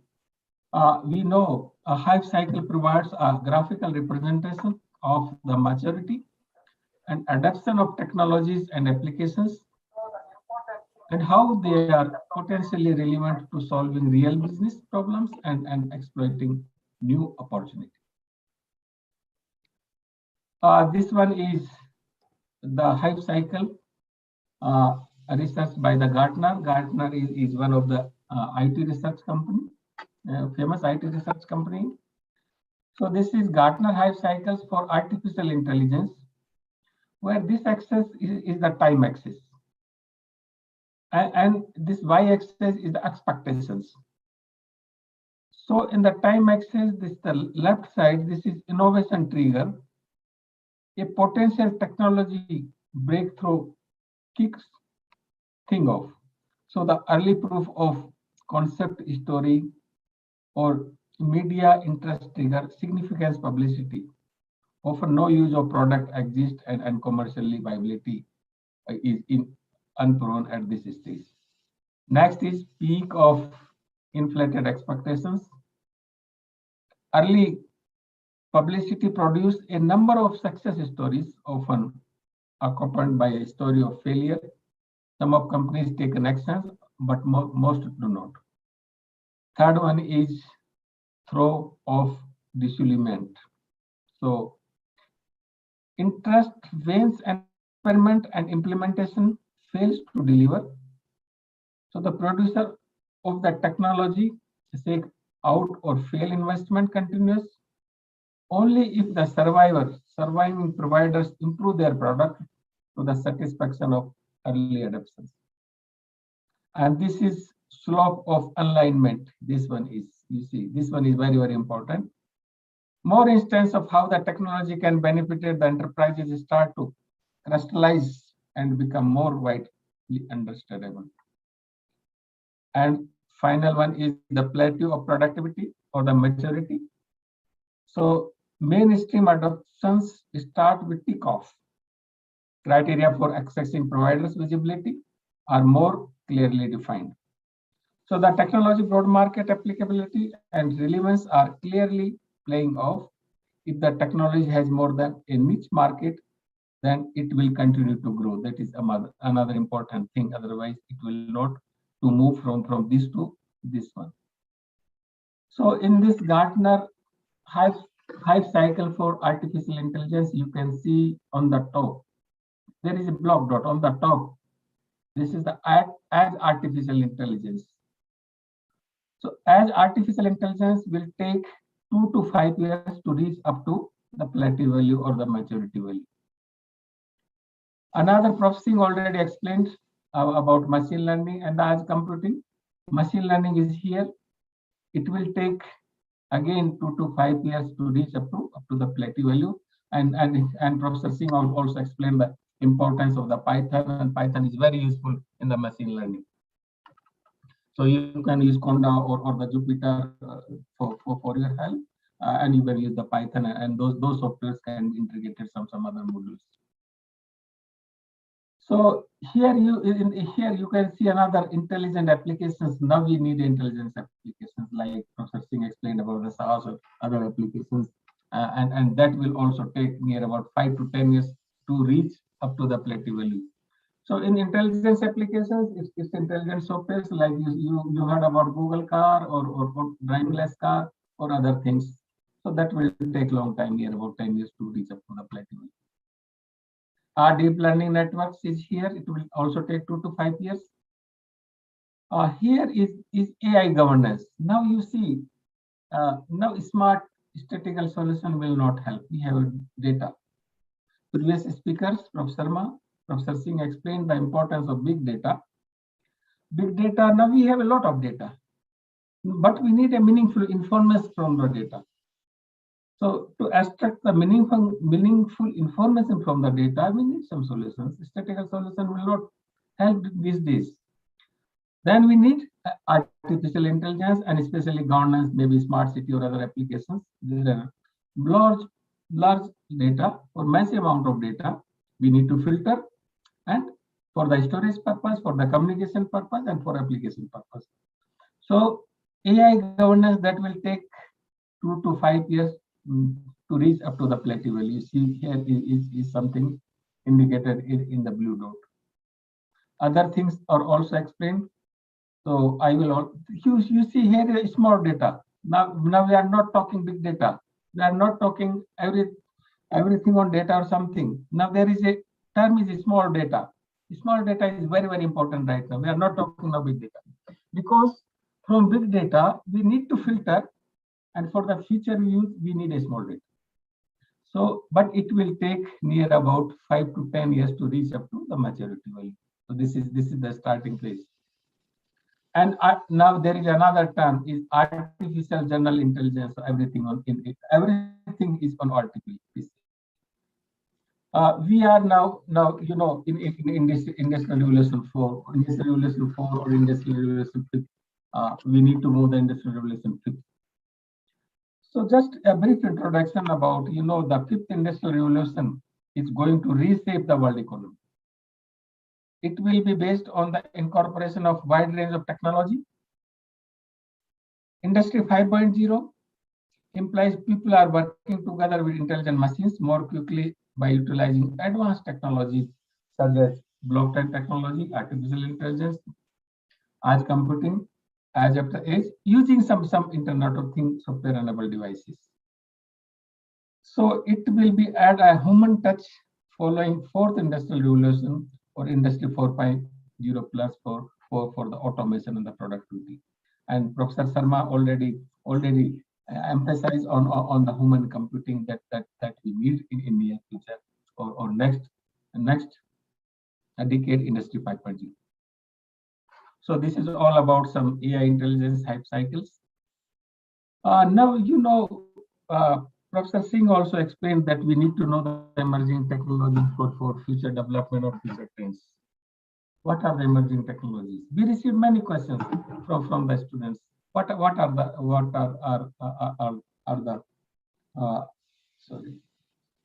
the latest trends or something?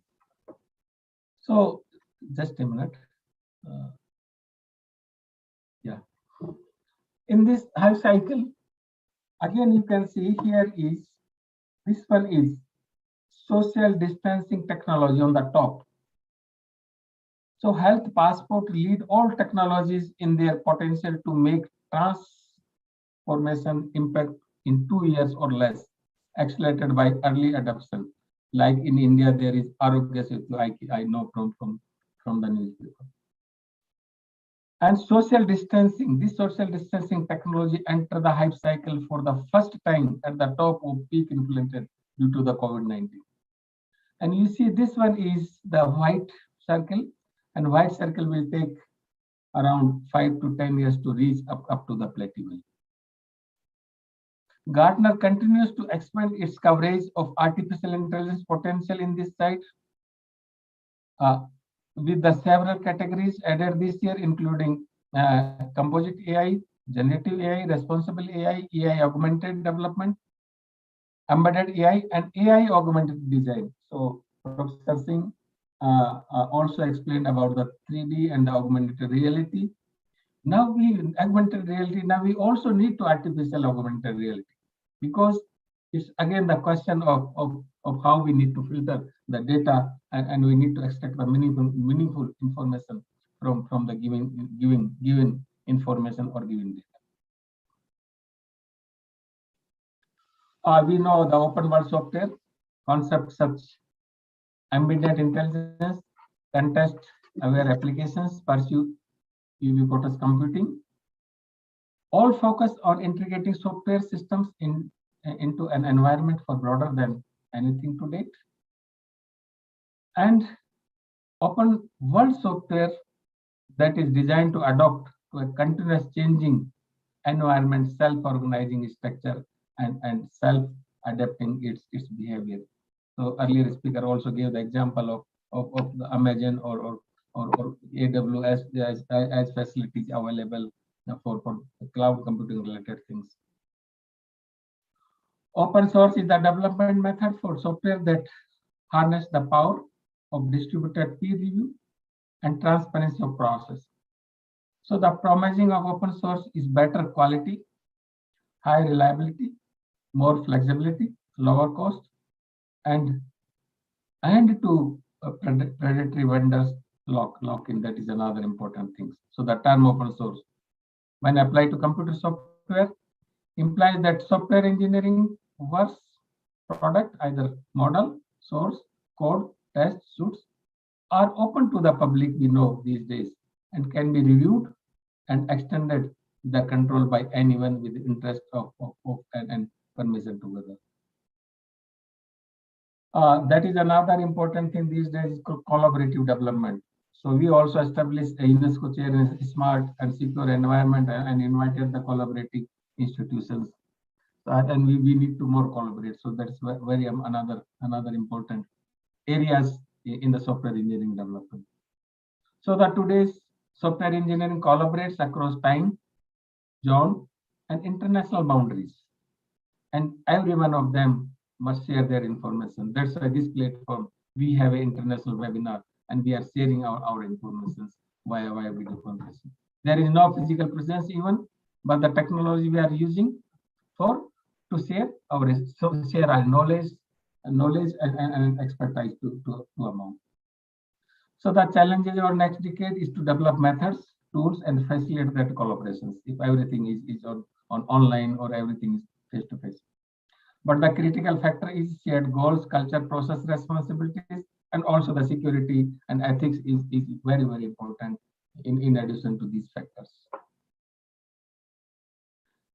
Requirement engineering, improve the manner of which requirement is defined. The software engineering community will likely implement 3 distinct sub-processes as requirement engineering is conducted. Improve knowledge acquisition, knowledge sharing that allow more complete understanding of applications domain, constraints, and the stakeholder needs. Greater emphasis on iteration as requirements are defined. More effective communications and coordination tools that enable all stakeholders to collaborate effectively these days. This is the basic slides, because sometimes some researcher and some students ask a question. Oh, we are talking about machine learning, we are talking about deep learning, artificial intelligence. What is the difference between these 3? So any techniques that enables computers to mimic human intelligence using logic, then rules, decision tree, and machine learning, including deep learning, is artificial intelligence.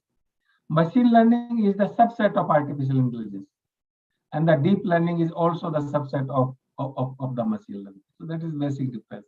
So it means everything will under the artificial intelligence. Now, for the software architecture and implementation, we need to know some recent technology. So the combination of high speed, resilient, low latency connectivity, and technologies such as Internet of Things as devices, blockchain, machine learning will enable the transformation towards the sustainable development of.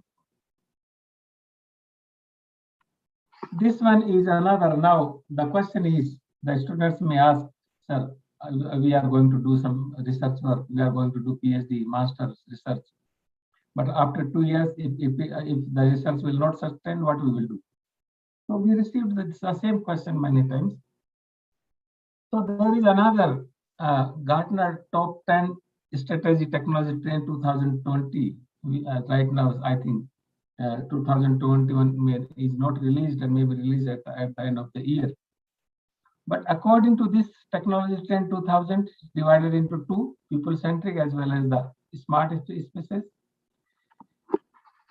So in people-centric, there is a hyper-automation. Automation uses technology to automate tasks that once required people to do those tasks. Hyper-automation is about using technology like artificial intelligence, deep learning, and machine learning for further automate process in the era of Industry 4.0 and will expand in Industry 5.0.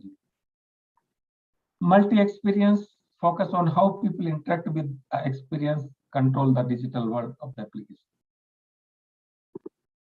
Democratize, that is very important, third one, because we have to invest the amount for the training of if you want to promote our industry and people want to train for AI, artificial intelligence or latest trends, we have to invest money for the training.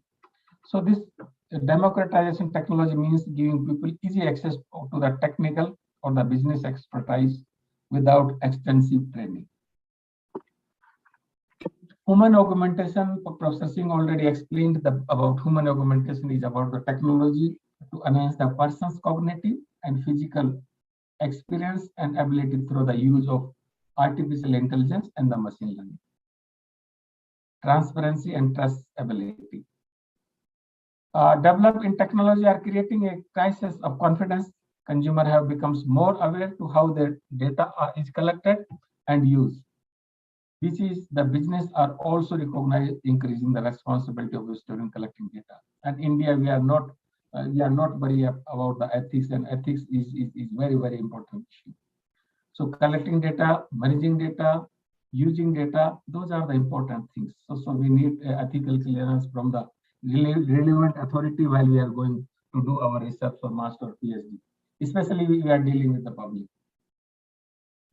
This is right side, the smart spaces, In the smart spaces, there is empowered edge computing, is computing topology, where information processing and content collections and delivery take place closer to the source and consumer of this information.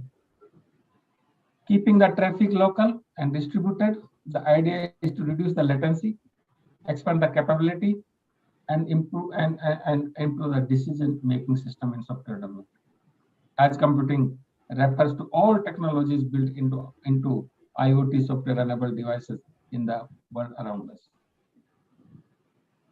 So the empowering edge looks at how these devices increases and from the basic of smart spaces moving importance applications and services closer to the people devices that use of them. That is very, very important. Everything, if device is closer to you, there is no issue of security and everything.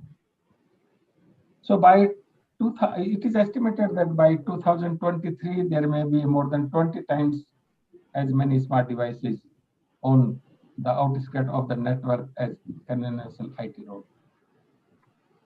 Another is distributed cloud. Professor Singh already explained about the distributed cloud, autonomous things.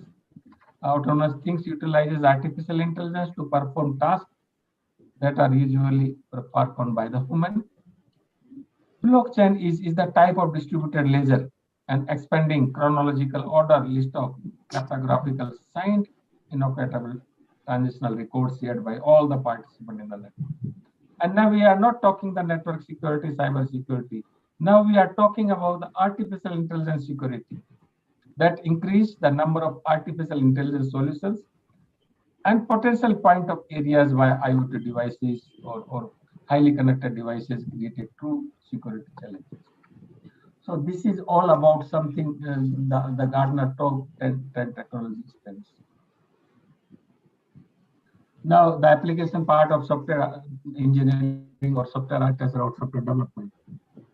Industry 4.0 focused on creating a smart and secure environment in the manufacturing process. And it focused on the creating intelligent product, process, and procedures. The essence of Industry Vision 4.0 is the Internet of Things, artificial intelligence, blockchain. These are the emerging technologies. So the computer and automation put together, in particular based on cyber physical systems that integrate communications, internet, software-enabled IoT devices, data processing, physical enabled, where in these systems transform the traditional factories into the smart factories. So now we have to move, or we have to change our traditional system in the industry, and industry need to move smart factory. Now we are not talking smart. When we move in the industry 5.0, then we have to talk the intelligent factory. So smart word need to be replaced by the intelligent in the future. This is the industrial revolution. We know this one is the first industrial revolution based on the mechanical production. This one is the second revolution based on the mass production. Industrial revolution 3 through the use of electronic and IT, further progress in the automation, and this is the industrial revolution 4 based on the cyber physical system, merging the real and the virtual world environment. So the fourth industrial revolution concept is there are 5 characteristics in integration, data,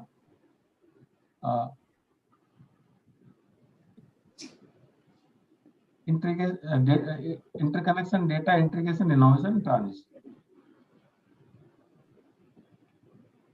A segment of enterprises, technology providers. These are the technology and software engineering sides, artificial intelligence, Internet of Things, edge computing, blockchain, virtual and augmented reality, 3D and robotics. And Professor Singh already explained those things.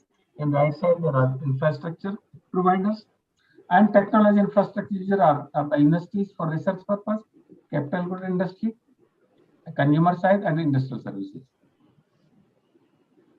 So India has rapid strive in 4 pillars of industry. I was watching my TU on 20th January 2021, and our Prime Minister gave his address in this World Summit, World Economic Forum.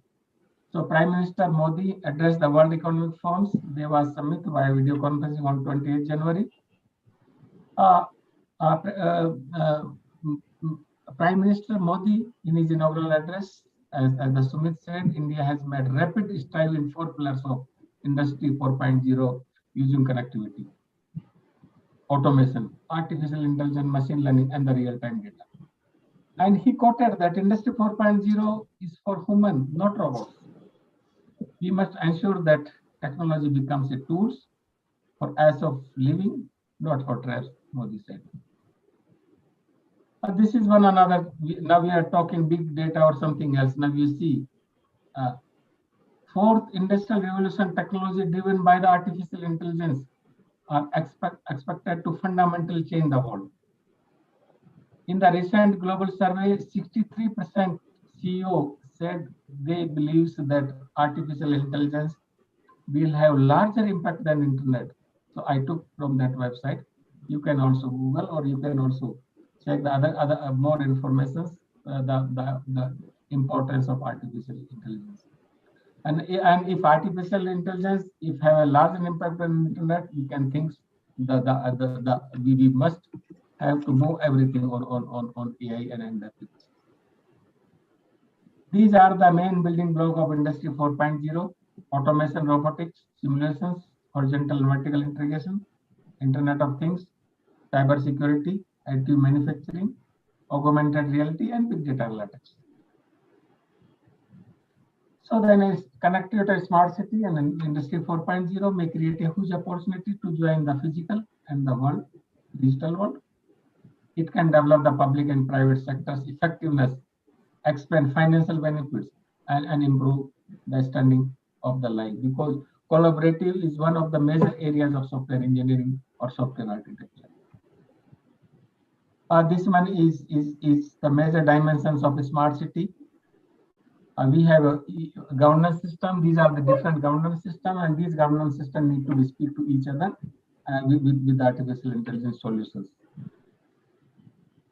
and will work collaboratively. So if there should be some software architecture, software development. That software need to be speak to each and every governance in the e-governance. For example, suppose our son or daughter is going to school, something is happening on the road, then during the accident time, the hospital need to inform, police need to be informed, parents need to be informed, and the school need to be informed, so that he or she may have an immediate response from the respective authority. That's why the software need to be designed such that there should be interoperability and collaborative work within the various government organizations. These are the some key point indicators for the smart solutions, especially for smart governance. There was UC Prof Singh also explained about his son also developed some project on drone applications, and he gave the applications related to the military or something. And we know drone deployed in sanitizing Nizamuddin Makraj in the epicenter of the COVID-19 outbreak, and Delhi police used drone to monitor the situation during the lockdown. But right now we need more research on the drone. When there are there is a one drone, there is a limit of there is a limitations of the weight of drone, may not be more than 20 kg. There is a limitations of computation, and there is a limitations of the connectivity. So what we need some solutions. We need a better connectivity. We need to know how we need to deal with the interference between the many drones, because one drone is not sufficient. If there are 2, 3, 4, 5 drones, there is also the interference issues in between the drones. So now still there are challenges of interference. There are still challenges as computing, because we need a complex computing system, and there is also issue of connectivity as well as the security. That is another issue we need to deal of, and I already told you it will take near about 5 to 10 years to reach up to the collective.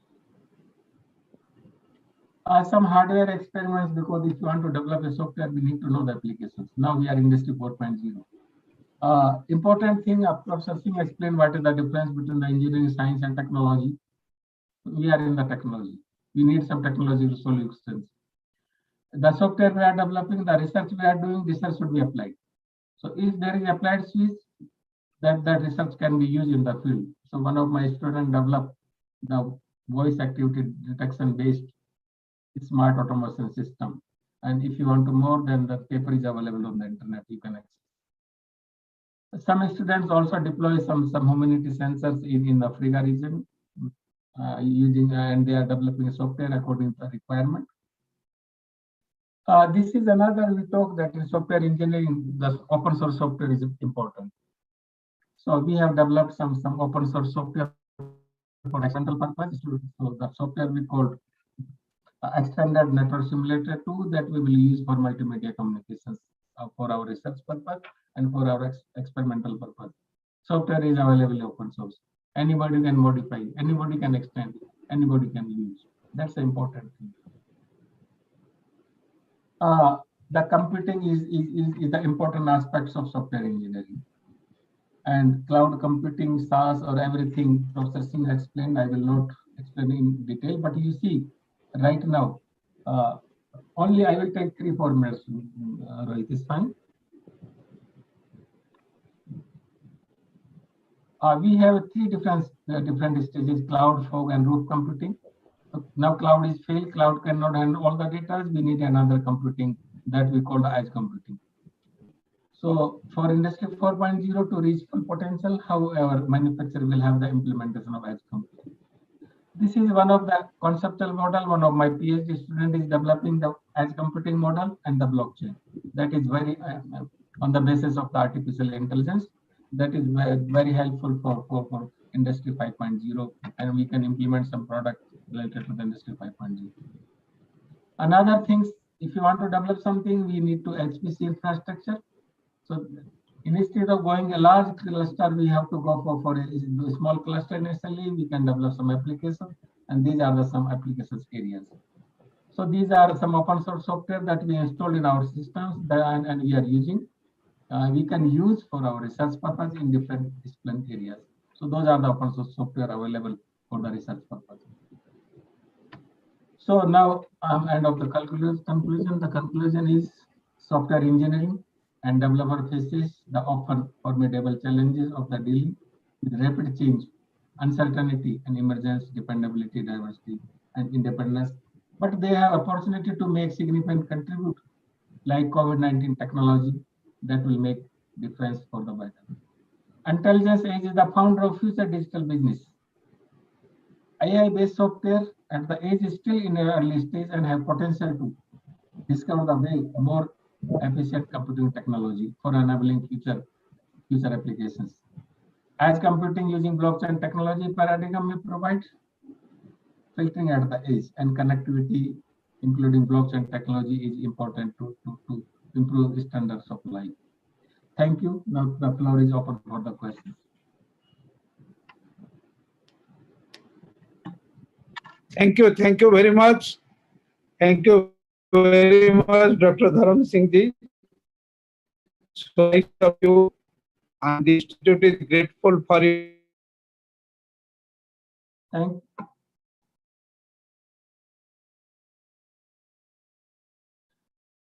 I cannot hear you, Professor Naik. Naik sir, please unmute sir. Professor Naik, we cannot hear you. Naik sir, yes sir, yes. Am I audible now? Now, Yes, now we can hear you, Prof. Am I audible? Yes. Am I audible? Yes sir, yes sir, Yes. yes sir. May I express my thankfulness and gratitude to Dr. Dharam Singh ji, and for the excellent deliberation and a nice presentation. And particularly, we are very much thankful to him. He is having the continuous support in our good endeavor. So in completing the 700 plus webinars in the country, and Dr. Dharam Singh has contributed very significantly in many of the time. Really, he is by heart and by mind always in the view of uplifting and upgrading and updating the knowledge and of the youth masses, and with the current topics and the latest happening in this field of information technology, software engineering, and whatever the advanced area is coming. Once again, on behalf of the institute, we express our sincere gratitude for your guest here and delivering such an excellent invited talk. Thank you very much. Thank you, Professor Naik. Thank you, and thanks to the IIBM for giving me this opportunity. Thank you. Thank you so much, sir. So now, ladies and gentlemen, we will move towards our next session, that is the invited speaker's address. And our today's invited speaker is Professor Ram Kumar Pathak, sir. Professor Ram Kumar Pathak is an acute and dynamic professional with 37 years of experience in teaching, general administration, university examinations, software system development, and research. A keen planner and implementer with track record of developing operational policies, norms, systems, and control motivational schemes and educational standards for professionals during the career span. Presently, Dr. Pathak is the system analyst at Dr. Hari Singh Gaur University, Sagar, Madhya Pradesh. He is also the ex-state student coordinator Madhya Pradesh of Computer Society of India. He is also the life member of Computer Society of India and Indian Science Congress. He has 26 research papers on his name, out of which 23 are of national repute and 3 of our internationals. So with all these words, I would like to welcome Professor Ram Kumar Pathak sir for invited address. Thank you, sir. Thanks for your nice words about me. Let me share. Please allow me to share my screen. Yes, sir. Yes, sir. You can share it.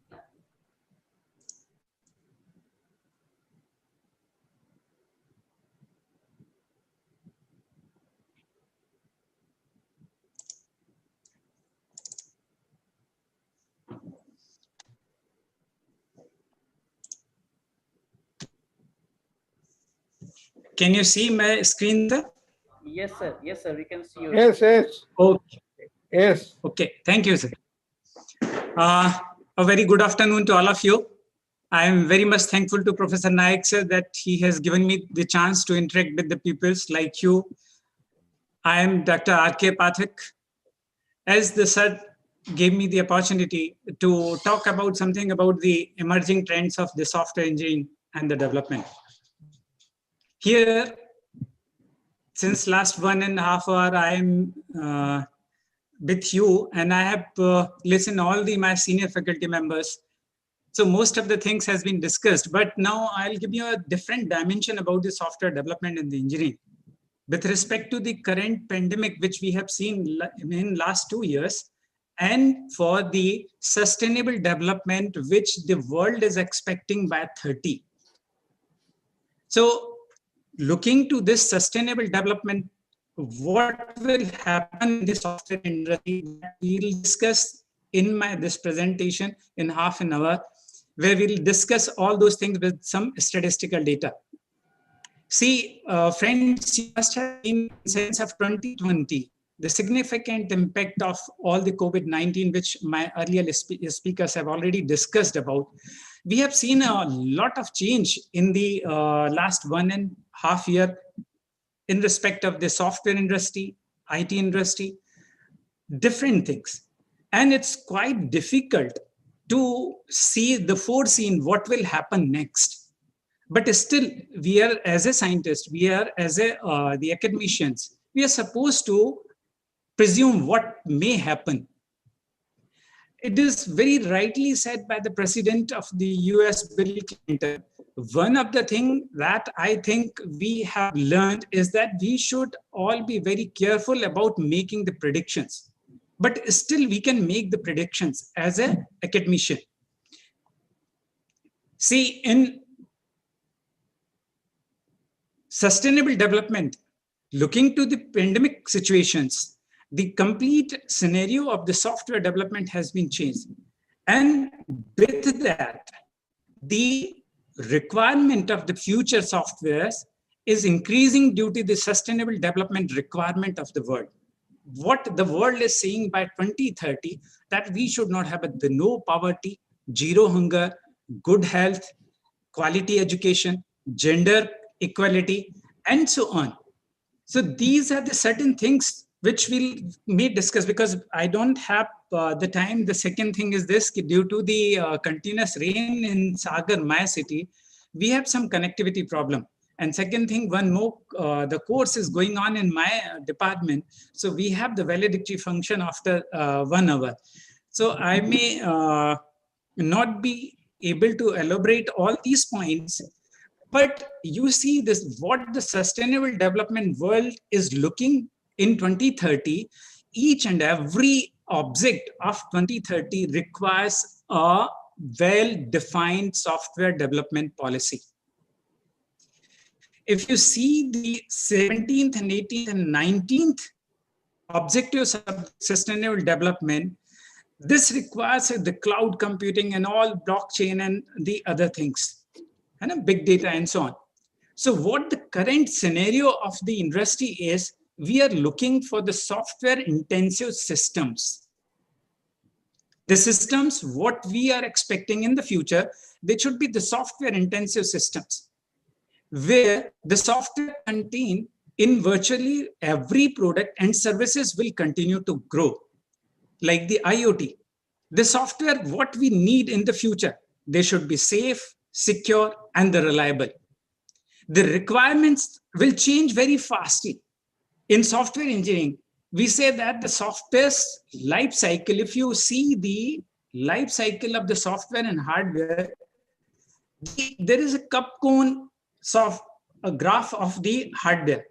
But in software, you get the comb teeth graph. Comb teeth graph means there is a frequent change of the customer every time for the software. And if you make the changes without the proper planning, you may get the comb teeth graph. Those who have studied the Pressman's or the software engineering book, they must be knowing what is the comb teeth graph. Means if you make the corrections very frequently in your software, same version, you may have some condition where the software may be of no use. So when you are making the requirement, we should be very careful in future, looking to the future requirement. The requirement is of the interportability, which the Singh sir has already discussed about. We need the network ability to switch the one software from the another software, interportability from one platform to another platform, and so on. Then we need the smart world. The sir was saying the smart city. What is the result of the system, the sustainable development? The smart cities are the first step towards the sustainable development, developed world in 2030. What the world is planning, the planners are planning that we should have a world where everything should be in a very perfect manner. So the demands of the sustainable development will also change the complete software industry. And looking to that, the software engineers of 21, the peoples are having lots of challenges before them. The challenge of models, the challenge of software development method, the challenge of adopting the languages, the challenges of tools, those are being emerged very frequently. In primary digital world, the global COVID-19 pandemic and the sustainable development has become an inflection point for many business. Due to COVID-19, the unprecedented strict regulation imposing the social distance, lockdown hit both small and large enterprises, where the peoples are supposed to develop the softwares in such a way that where the people should fulfill, we should make them safe and secure. And due to that, the complete IT industry and the software industry is moving toward the digital world where we can provide all these things to the customer for their satisfaction, better satisfaction. And resultantly, there are the emerging technologies like cloud computing, low-code, no-code technology development, artificial intelligence, IoT, big data, Neuralink, contactless services, cloud migration, and DevOps activities. If you see, there is a statistical, I'll prove everything with some statistical data. So there is a research in which in last 1.5 years, the contactless services gone up to 60.1%. Cloud migration, 52.5%. DevOps activities, what are these DevOps activities? I'll discuss later in the next slide. These are the 51.75. So digital solution will determine the creation of sustainable and adaptable business. Hence, the future software engineers and the software developers, IT specialists will play a critical role in the sustainable development and pandemic-free world in future coming years. Now, what is in DevOps? DevOps is a short form of development and IT operation. This combines the development and IT operation. It aims to shorten the system development life cycle. And to shorten the system development life cycle, various complementary software development approaches are being used by the latest software developers. And these technologies, these techniques are known as the agile software development methods. Now, what is an agile? Might be some people might be knowing what is an agile technology, but I would like to elaborate this thing. The softwares were developed by traditional various software development approaches like waterfall model, linear sequential model, incremental model, RAID model, rapid application development model, the spiral model. But there is another approach which has been emerging, that is an agile technology. Agile methodology is a people-based, result-focused approach to the software development. It centered around the adaptive planning, self-organization. I'll discuss everything in detail later on in the next. Shortened delivery period. It is flexible, fast, and aims to continuous improvement of the quality. And for that, the peoples are using the methods like Scrum and extreme programming. This is like we have a traditional waterfall model normally, which is being used by the peoples, where we have the plan, design, that waterfall model, we call it the linear sequential model also for the software development. But that has been changed for the latest software development because the business environment where the hardware demand and the company's requirement are changing very frequently, we are forced to move towards the agile technology. Now, agile methodology is what? It is slightly changed from the incremental model, which we have studied in the software engineering. It abandons the risk of spending months and years on a process because of some small mistakes in early phase. It relies instead of trusting the employees. It relies instead on trusting the employees, means it relies on the employees rather than the trusting them. It is faster method. It is the contrast, the communication means in agile technology, there is a frequent meeting with the customer, face-to-face meeting to meet the requirement of the customer very frequently. For requirement analysis, we studied in the software engineering, there is a method which is, we call it a fast method. But normally here we are not using it. In normal software engineering, the software engineers are normally driven by some other peoples. The developers are driven by some other peoples. But agile technology says that we should have a trust on the employees. They should be self-organized.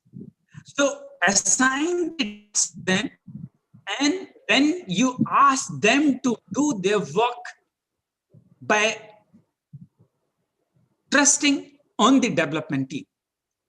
And for looking to all these things, for agile methodology, the different approaches are being used like Scrum, extreme programming, feature-driven development, FTD, dynamic system development method, adaptive software development, Crystal, and lean software development method. These methodologies are being used, one or more technology. Normally, the peoples are using the Scrum and the XP. I have already mentioned that it's a slight change from the incremental model. Because we don't have the time, otherwise I would have explained all the models and how this is different from those models.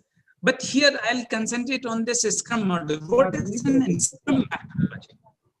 The Scrum methodology or that approach is the prioritizing the priorities of the customer. Make the priorities of the customer. And those priorities are known as the product block.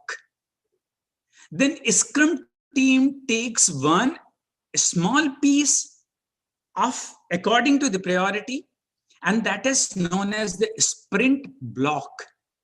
And these sprints then are being developed by the team within 2 or 4 weeks, and these are being delivered to the customer. They assess the process of meeting called daily scrum. And the scrum master is only there to see what kind of the development is being done by the peoples, but they are not doing any kind of the interaction with that. The team uses it and delivers it to the customer and takes the feedback from the customer. Another method which is being used by the extreme programming. XP is an example of how agile can improve the satisfaction. Rather than delivering the everything what the could ever want, it gives them what they need now in a fast manner. And for that, they're using the unit test and the different tests. When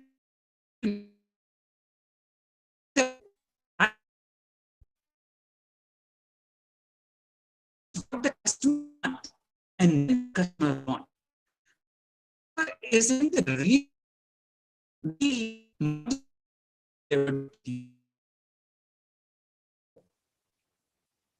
it can increases the resultant. This process increases the customer satisfaction. And customer gets the benefit of it. In complete development process, as I already mentioned, we have the trust on employees those are involved in. So we value the customers, we value the developers' views rather than import the views of the developers. This eliminates the work and this is the practice for delivering the modules to the customer. It maintains the small release cycles with the programming. It refactors and it's a test-driven methodology. And for this agile methodologies, the tools those are being used by software developer and the software team are the active club, an affordable tool, and a small business active club is easy to use. Another is Agilo. Those students of the computer science, they can note down all these softwares they can use for this, the development process. Atlassian, Jira, Agile, the pivotal tractor and prefix and retrace. These are the few tools that are being used by the software engineers for this development. I'll discuss how the growth is being, means what is the dimension of the software development and where is it is required. According to the IDC industry, the global revenue of 2020 was 4.8 trillion. Substantially, it initially estimates a 5.2 trillion. In 2021, IDC expects the growth of 4.2%, meaning the IT industry can reach up to 5 trillion. This says the business of the enterprise software development segment will grow very fast. In IT sector, the current situation of the IT sector will improve and will have a growth. And it is expected by 2024, it is expected 5%. Due to the pandemic and different situations, this is not only the pandemic condition where due to which we are doing remote work, but the pandemic enforced to do the remote work. The remote work in the software development industry and the software engineering field is increasing very fast. The forecast is the trend of doing the business through the online meeting and digital collaboration tools, the cloud application will go on through 2021. 9% the software, if you have some research, after the research, we found that 59% of respondents said the software teams increase their productivity due to the remote work, that software developers having a very good future, that they can do the development from their remote place only. This will increase the performance of the individual. The 42.6% of the respondent, it has become easier to meet the task deadlines. When the people are doing the work from the remote, the task deadlines are meeting by the companies in a very perfect manner. So due to this, the sector of the cloud computing and cloud technology, which sir has already explained you, those are the SaaS, IaaS, and the PaaS, different technologies. These are expected to grow in the near future. Not only due to the pandemic, but you club the requirement of the pandemic and the sustainable development 2030, we are forced, the software developers, the software companies, the IT industry is forced to move towards the cloud effect. As a result, the cloud service will increase. According to the Gartner, the IT spending which went down in 2020, the cloud spending has grown by 6.5%. The total revenue is close to 208 billion, which is 50 billion. Over the next year, the cloud computing market is expected to double. As a result, 74% of the business respondents expected their cloud spending increase by 2021 and in future, according to Statistica. So the software engineering for the softwares, those are required in the future, will be based on the cloud computing. We need the technology like SaaS. SaaS has already explained what is the SaaS, IaaS, and the PaaS. They will grow. Here are some data. I'm not going into the detail because we have a time constraint. All these data in my presentation, I'll hand over to the organization, the organizers, they'll share better. I'll just give you my finding that the uptrend trend is that the software development companies will more active to use the SaaS, IaaS, and the PaaS solutions for build up applications, manage team, and communicate cloud for flexibility and improved productivity. So this is what the reason why these technologies, SaaS, software as a service, infrastructure as a service, platform as a service, will grow in near future. Similarly, the sir has already explained the e-commerce market is emerging. No, not only due to the pandemic. This pandemic has become one reason for e-commerce improvement. But if you go back to 2-3 years back, already the world is planning for the sustainable development. Where if you see my previous slide, you see what the world is expecting from the software developers. Because whatever we are looking for, the sustainable developed world is dependent on the softwares. And this pandemic has become a tool to speed up the software development process. My prediction, again, I'll say the predictions, the $6.2 billion in the value of the global e-commerce software market in 2020 is expected to grow CAGR of 16.3% from 2020 to 27. That means what's the future of the e-commerce?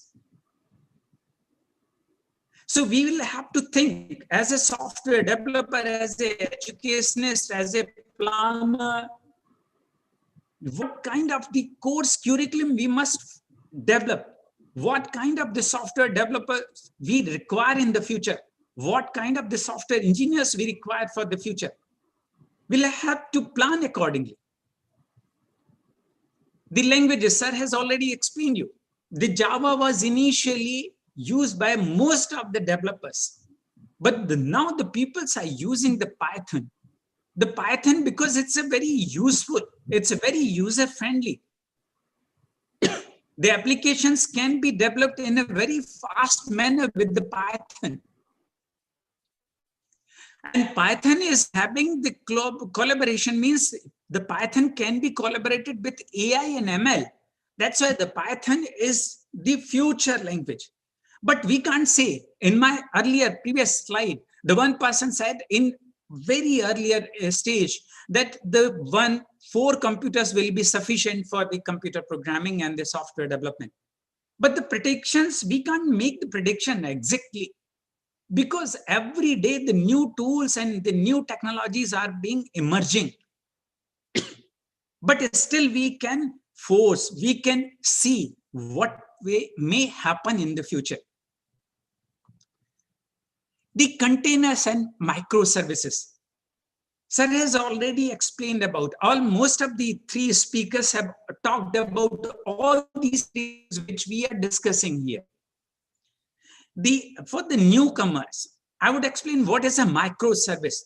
Microservices are cloud native architecture approach in which the base composed of many loosely coupled and independently deployable smaller components. The cohesive. In software engineering, we say that you do the planning, you module very cohesively. Cohesiveness. Another trend to look out for the software development world is the rising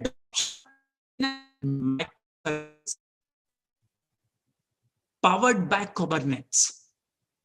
54% of the business used the container technology system is a Kubernetes. Now, what is a Kubernetes? Kubernetes is a good tool for managing containers and building microservices architecture to provide scalability, security, and 24/7 availability of the service. The low-code, no-code technology development. This is not new term. If you have studied the Pressman's book, the Pressman rightly says that don't reinvent the wheel. What does it mean? That if you have some module for one technique or one application in one software, it's your time to rebuild the same thing. So Pressman rightly said 2 things. One is don't reinvent the wheel while you are developing the software. Keep in your mind that you develop modules so independently that you in the different platforms. And another one, don't keep the software expected to keep the tunnel view of any problem. As a developer, you can't keep your tunnel view. The Pressman rightly expressed that the software developer, this is not only for the software developer, in the current world, no one should have the tunnel view. See all the happenings, what can happen, what is the future, what are the possibilities, and then you plan your future. That is what the tunnel view is.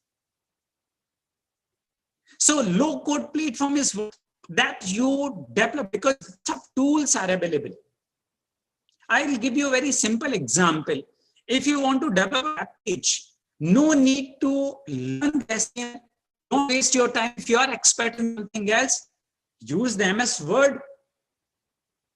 web page for initial stage. Use front page. Use the tools where you can use, we call them the case studies, the case tools, case tools. So use the case tools, the different applications. Approximately 50% of the developers use low-code products in 2020. The number was 37% in 2019, and this is growing. And software are developed in such a way that they should support the software engineer and developer. No technology may be adopted by the software developer and the engineer. Excuse me, just a minute.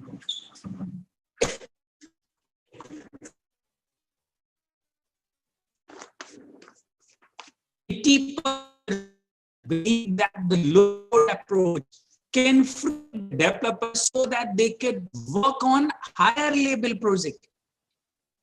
Don't waste your energy, don't waste your knowledge, don't waste the attitude towards developing, rebuilding the same thing. Divert your mind, put your energy developing the new thing. 72% of the low-code developer create application to time quicker than those traditional development. The global value of the low-code development platform market is projected by 6.4 billion in 2026. Once again, the pupils and most of the speakers are saying that not at this platform. I'm not talking about this platform, but in current situation. The peoples are saying that softwares have been developed for looking to the pandemic. No, pandemic is one thing which will go back. We'll have to go back. But what we should think about, the sustainable. I have given a term, SUSDEV 30. SUSDEV 30. We should look forward to that.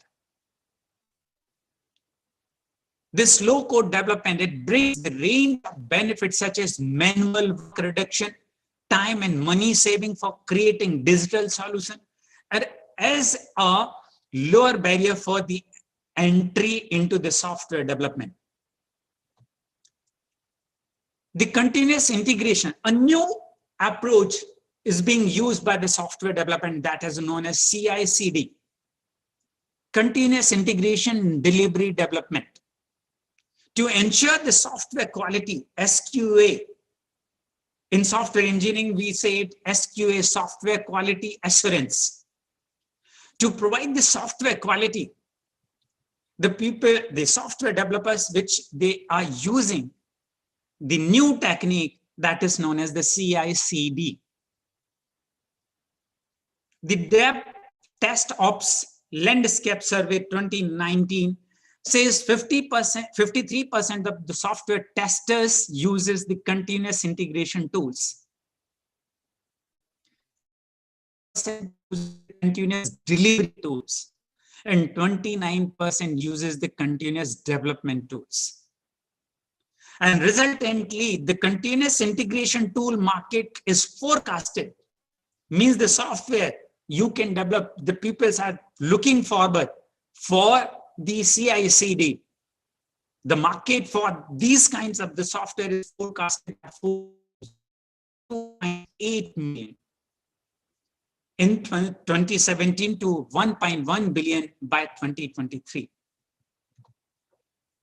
The continuous delivery market was valued by $2.06 billion in 2019, is expected to grow by CAGR by 19.75% the 2025. The market size for continuous development tools is growing at CAGR 18.7% and is expected to reach 1.14 billion by 2023. The CI/CD practice makes tests more effective and simplifies the bug fixing. In software engineering, we have various testing tools, various testing techniques for object-oriented programming, for traditional, for COBOL programs, and for the other programs also. Those the traditional software developers and the software engineers are using it. But what the peoples are using nowadays, the CI/CD codes. This all results the accelerated deployment of the high quality products. The outsourcing. The companies are moving towards the software development outsourcing. The global market for outsourced services, which is good news for the countries like India and other countries where we have the software developers' mind, the manpower. It's good news that the global market for outsourced services has recorded significant rise, $45.6 billion into the $92.5 billion. The large businesses have increased the budget they spend in IT outsourcing. The medium-sized companies have also raised their budget from 4.7% to 6%, according to the Market Watch. So my assumptions are these figures indicate that the software outsourcing will increase in the coming years. The practical benefit of the outsourcing are speed up the development, cost efficiency, better quality, reduced risk, freed company resources, support the outsourcing market growth. The value projected is $4.10 billion in 2027. So with all those analysis, I would like to give my opinion that the IT market of the software development and engineering, like the other industries, will significantly depend on how the pandemic goes on, and apart from the pandemic, how the SUSDEP 30 proceeds. SUSDEP 30 term is used by me, and this is Sustainable Development 30 proceeds. How the countries takes that seriousness, with the seriousness of the sustainable development countries. And India has already started moving towards the sustainable development, the goals. And in spite of the certain fluctuations, the problems will come. The pandemics like these will come, because we can't foresee what may happen in the next years. We'll have to move around. And if we can fulfill the sustainable development goals, positively, the pandemics like COVID can't do anything to the citizens of the world.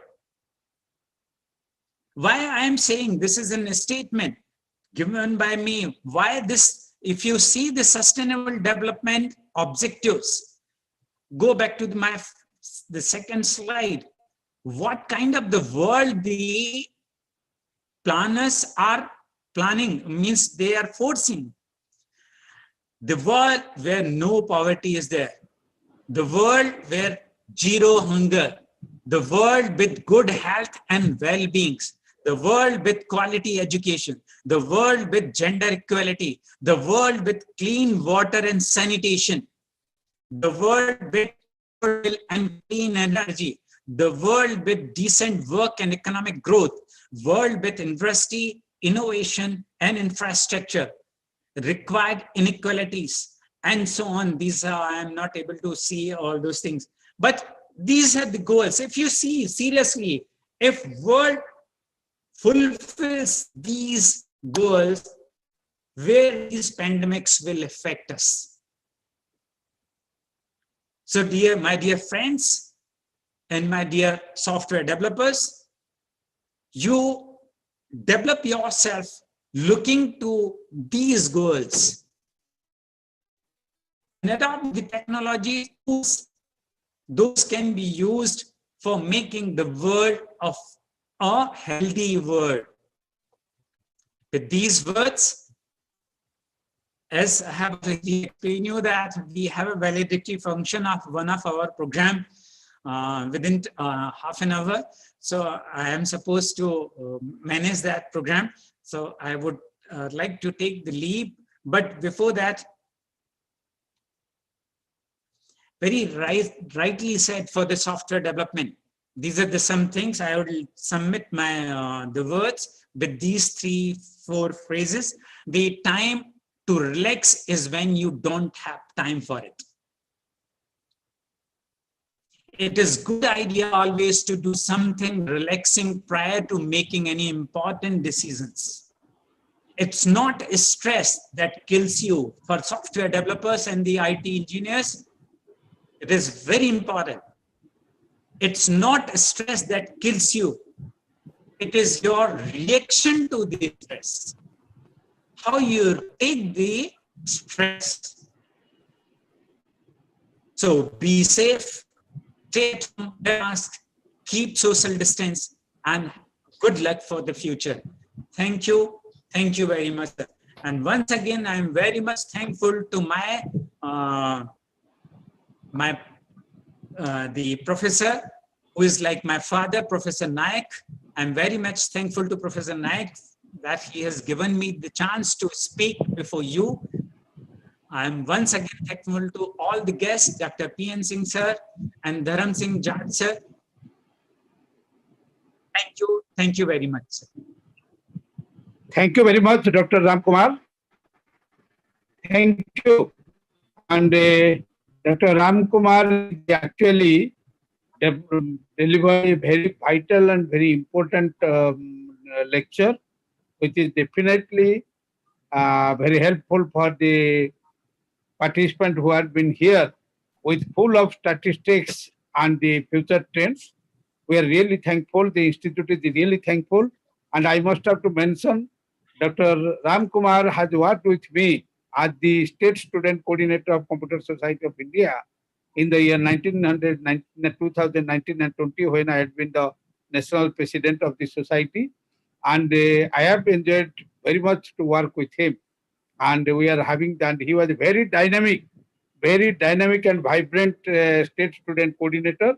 And in future, CSI also looking forward his great contribution that to be given by him, and so that definitely, and he will be as a member of our team, and will be helping us tremendously to carry forward our momentum for the national development in the form of empowering the youth masses, empowering the students through the webinars and seminars on various latest topics, as well as the latest happening in the field of computer science and information technology.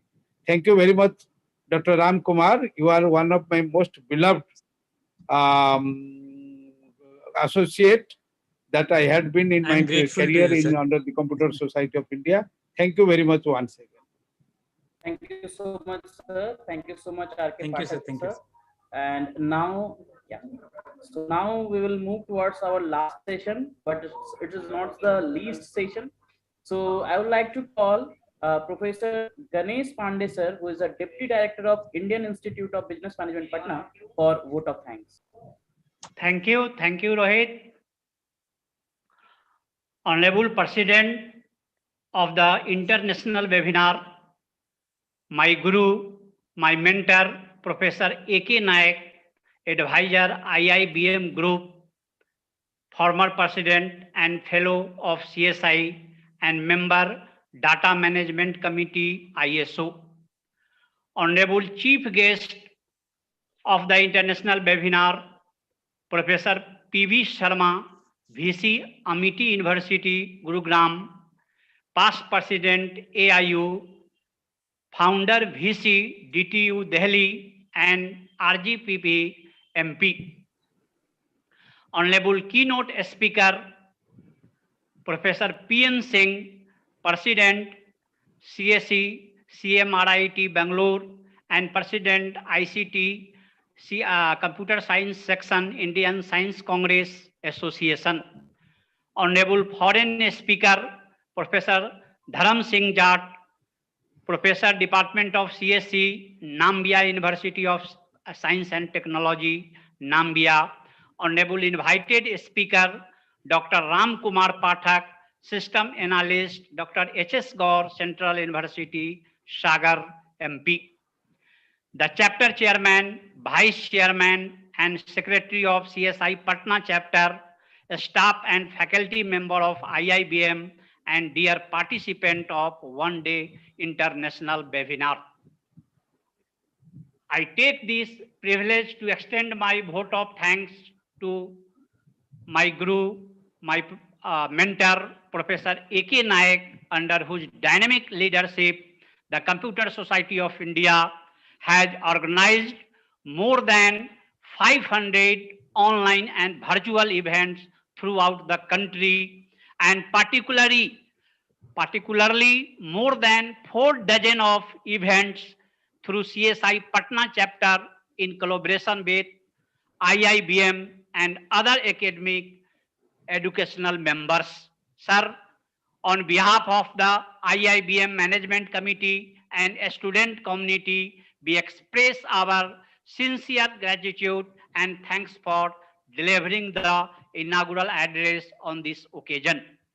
I am equally thankful to Chief Guest Professor P.V. Sharma, VC, Amity University, Gurugram, for their gracious presence and addressing with their valuable words in this webinar. On behalf of the IIBM Management Committee and student community, we express our sincere gratitude and thanks for delivering the address on this occasion. We are all inspired by your great words, sir. Thank you very much, sir. My special thanks goes to keynote speaker, Professor P.N. Singh, President CSE, CMRIT Bangalore, and President ICT CS Section, Indian Science Congress Association, for delivering the keynote address and closely association with Professor A.K. Naik. I am also express my thanks to foreign speaker, Professor Dharam Singh Jat, Professor Department of CSE, Nambia University of Science and Technology, Nambia, for their gracious presence and addressing with their valuable words in the webinar. Thank you very much for joining the event.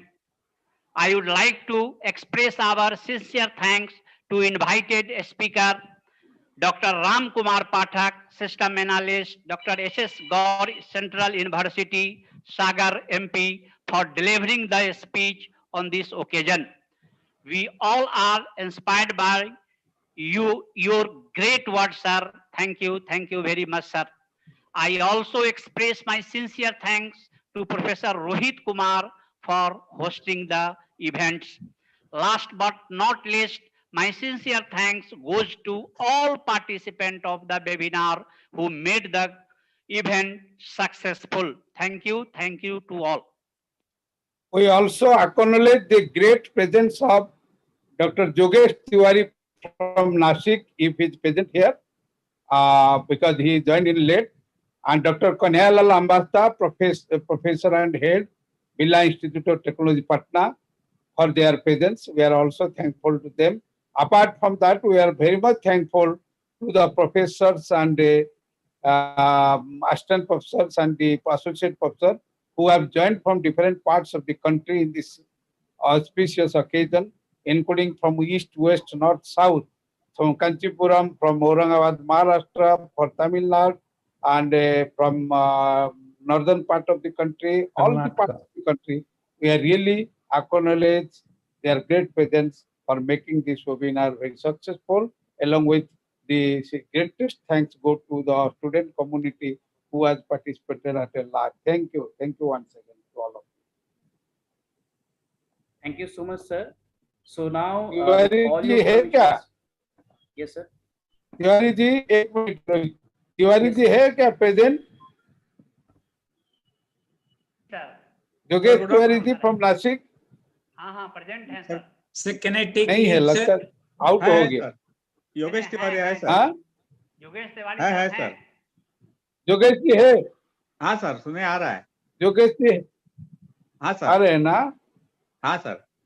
Very good आप permanent participant of our all the activities and your continuous support is always to steer the Computer Society of India and its different activities.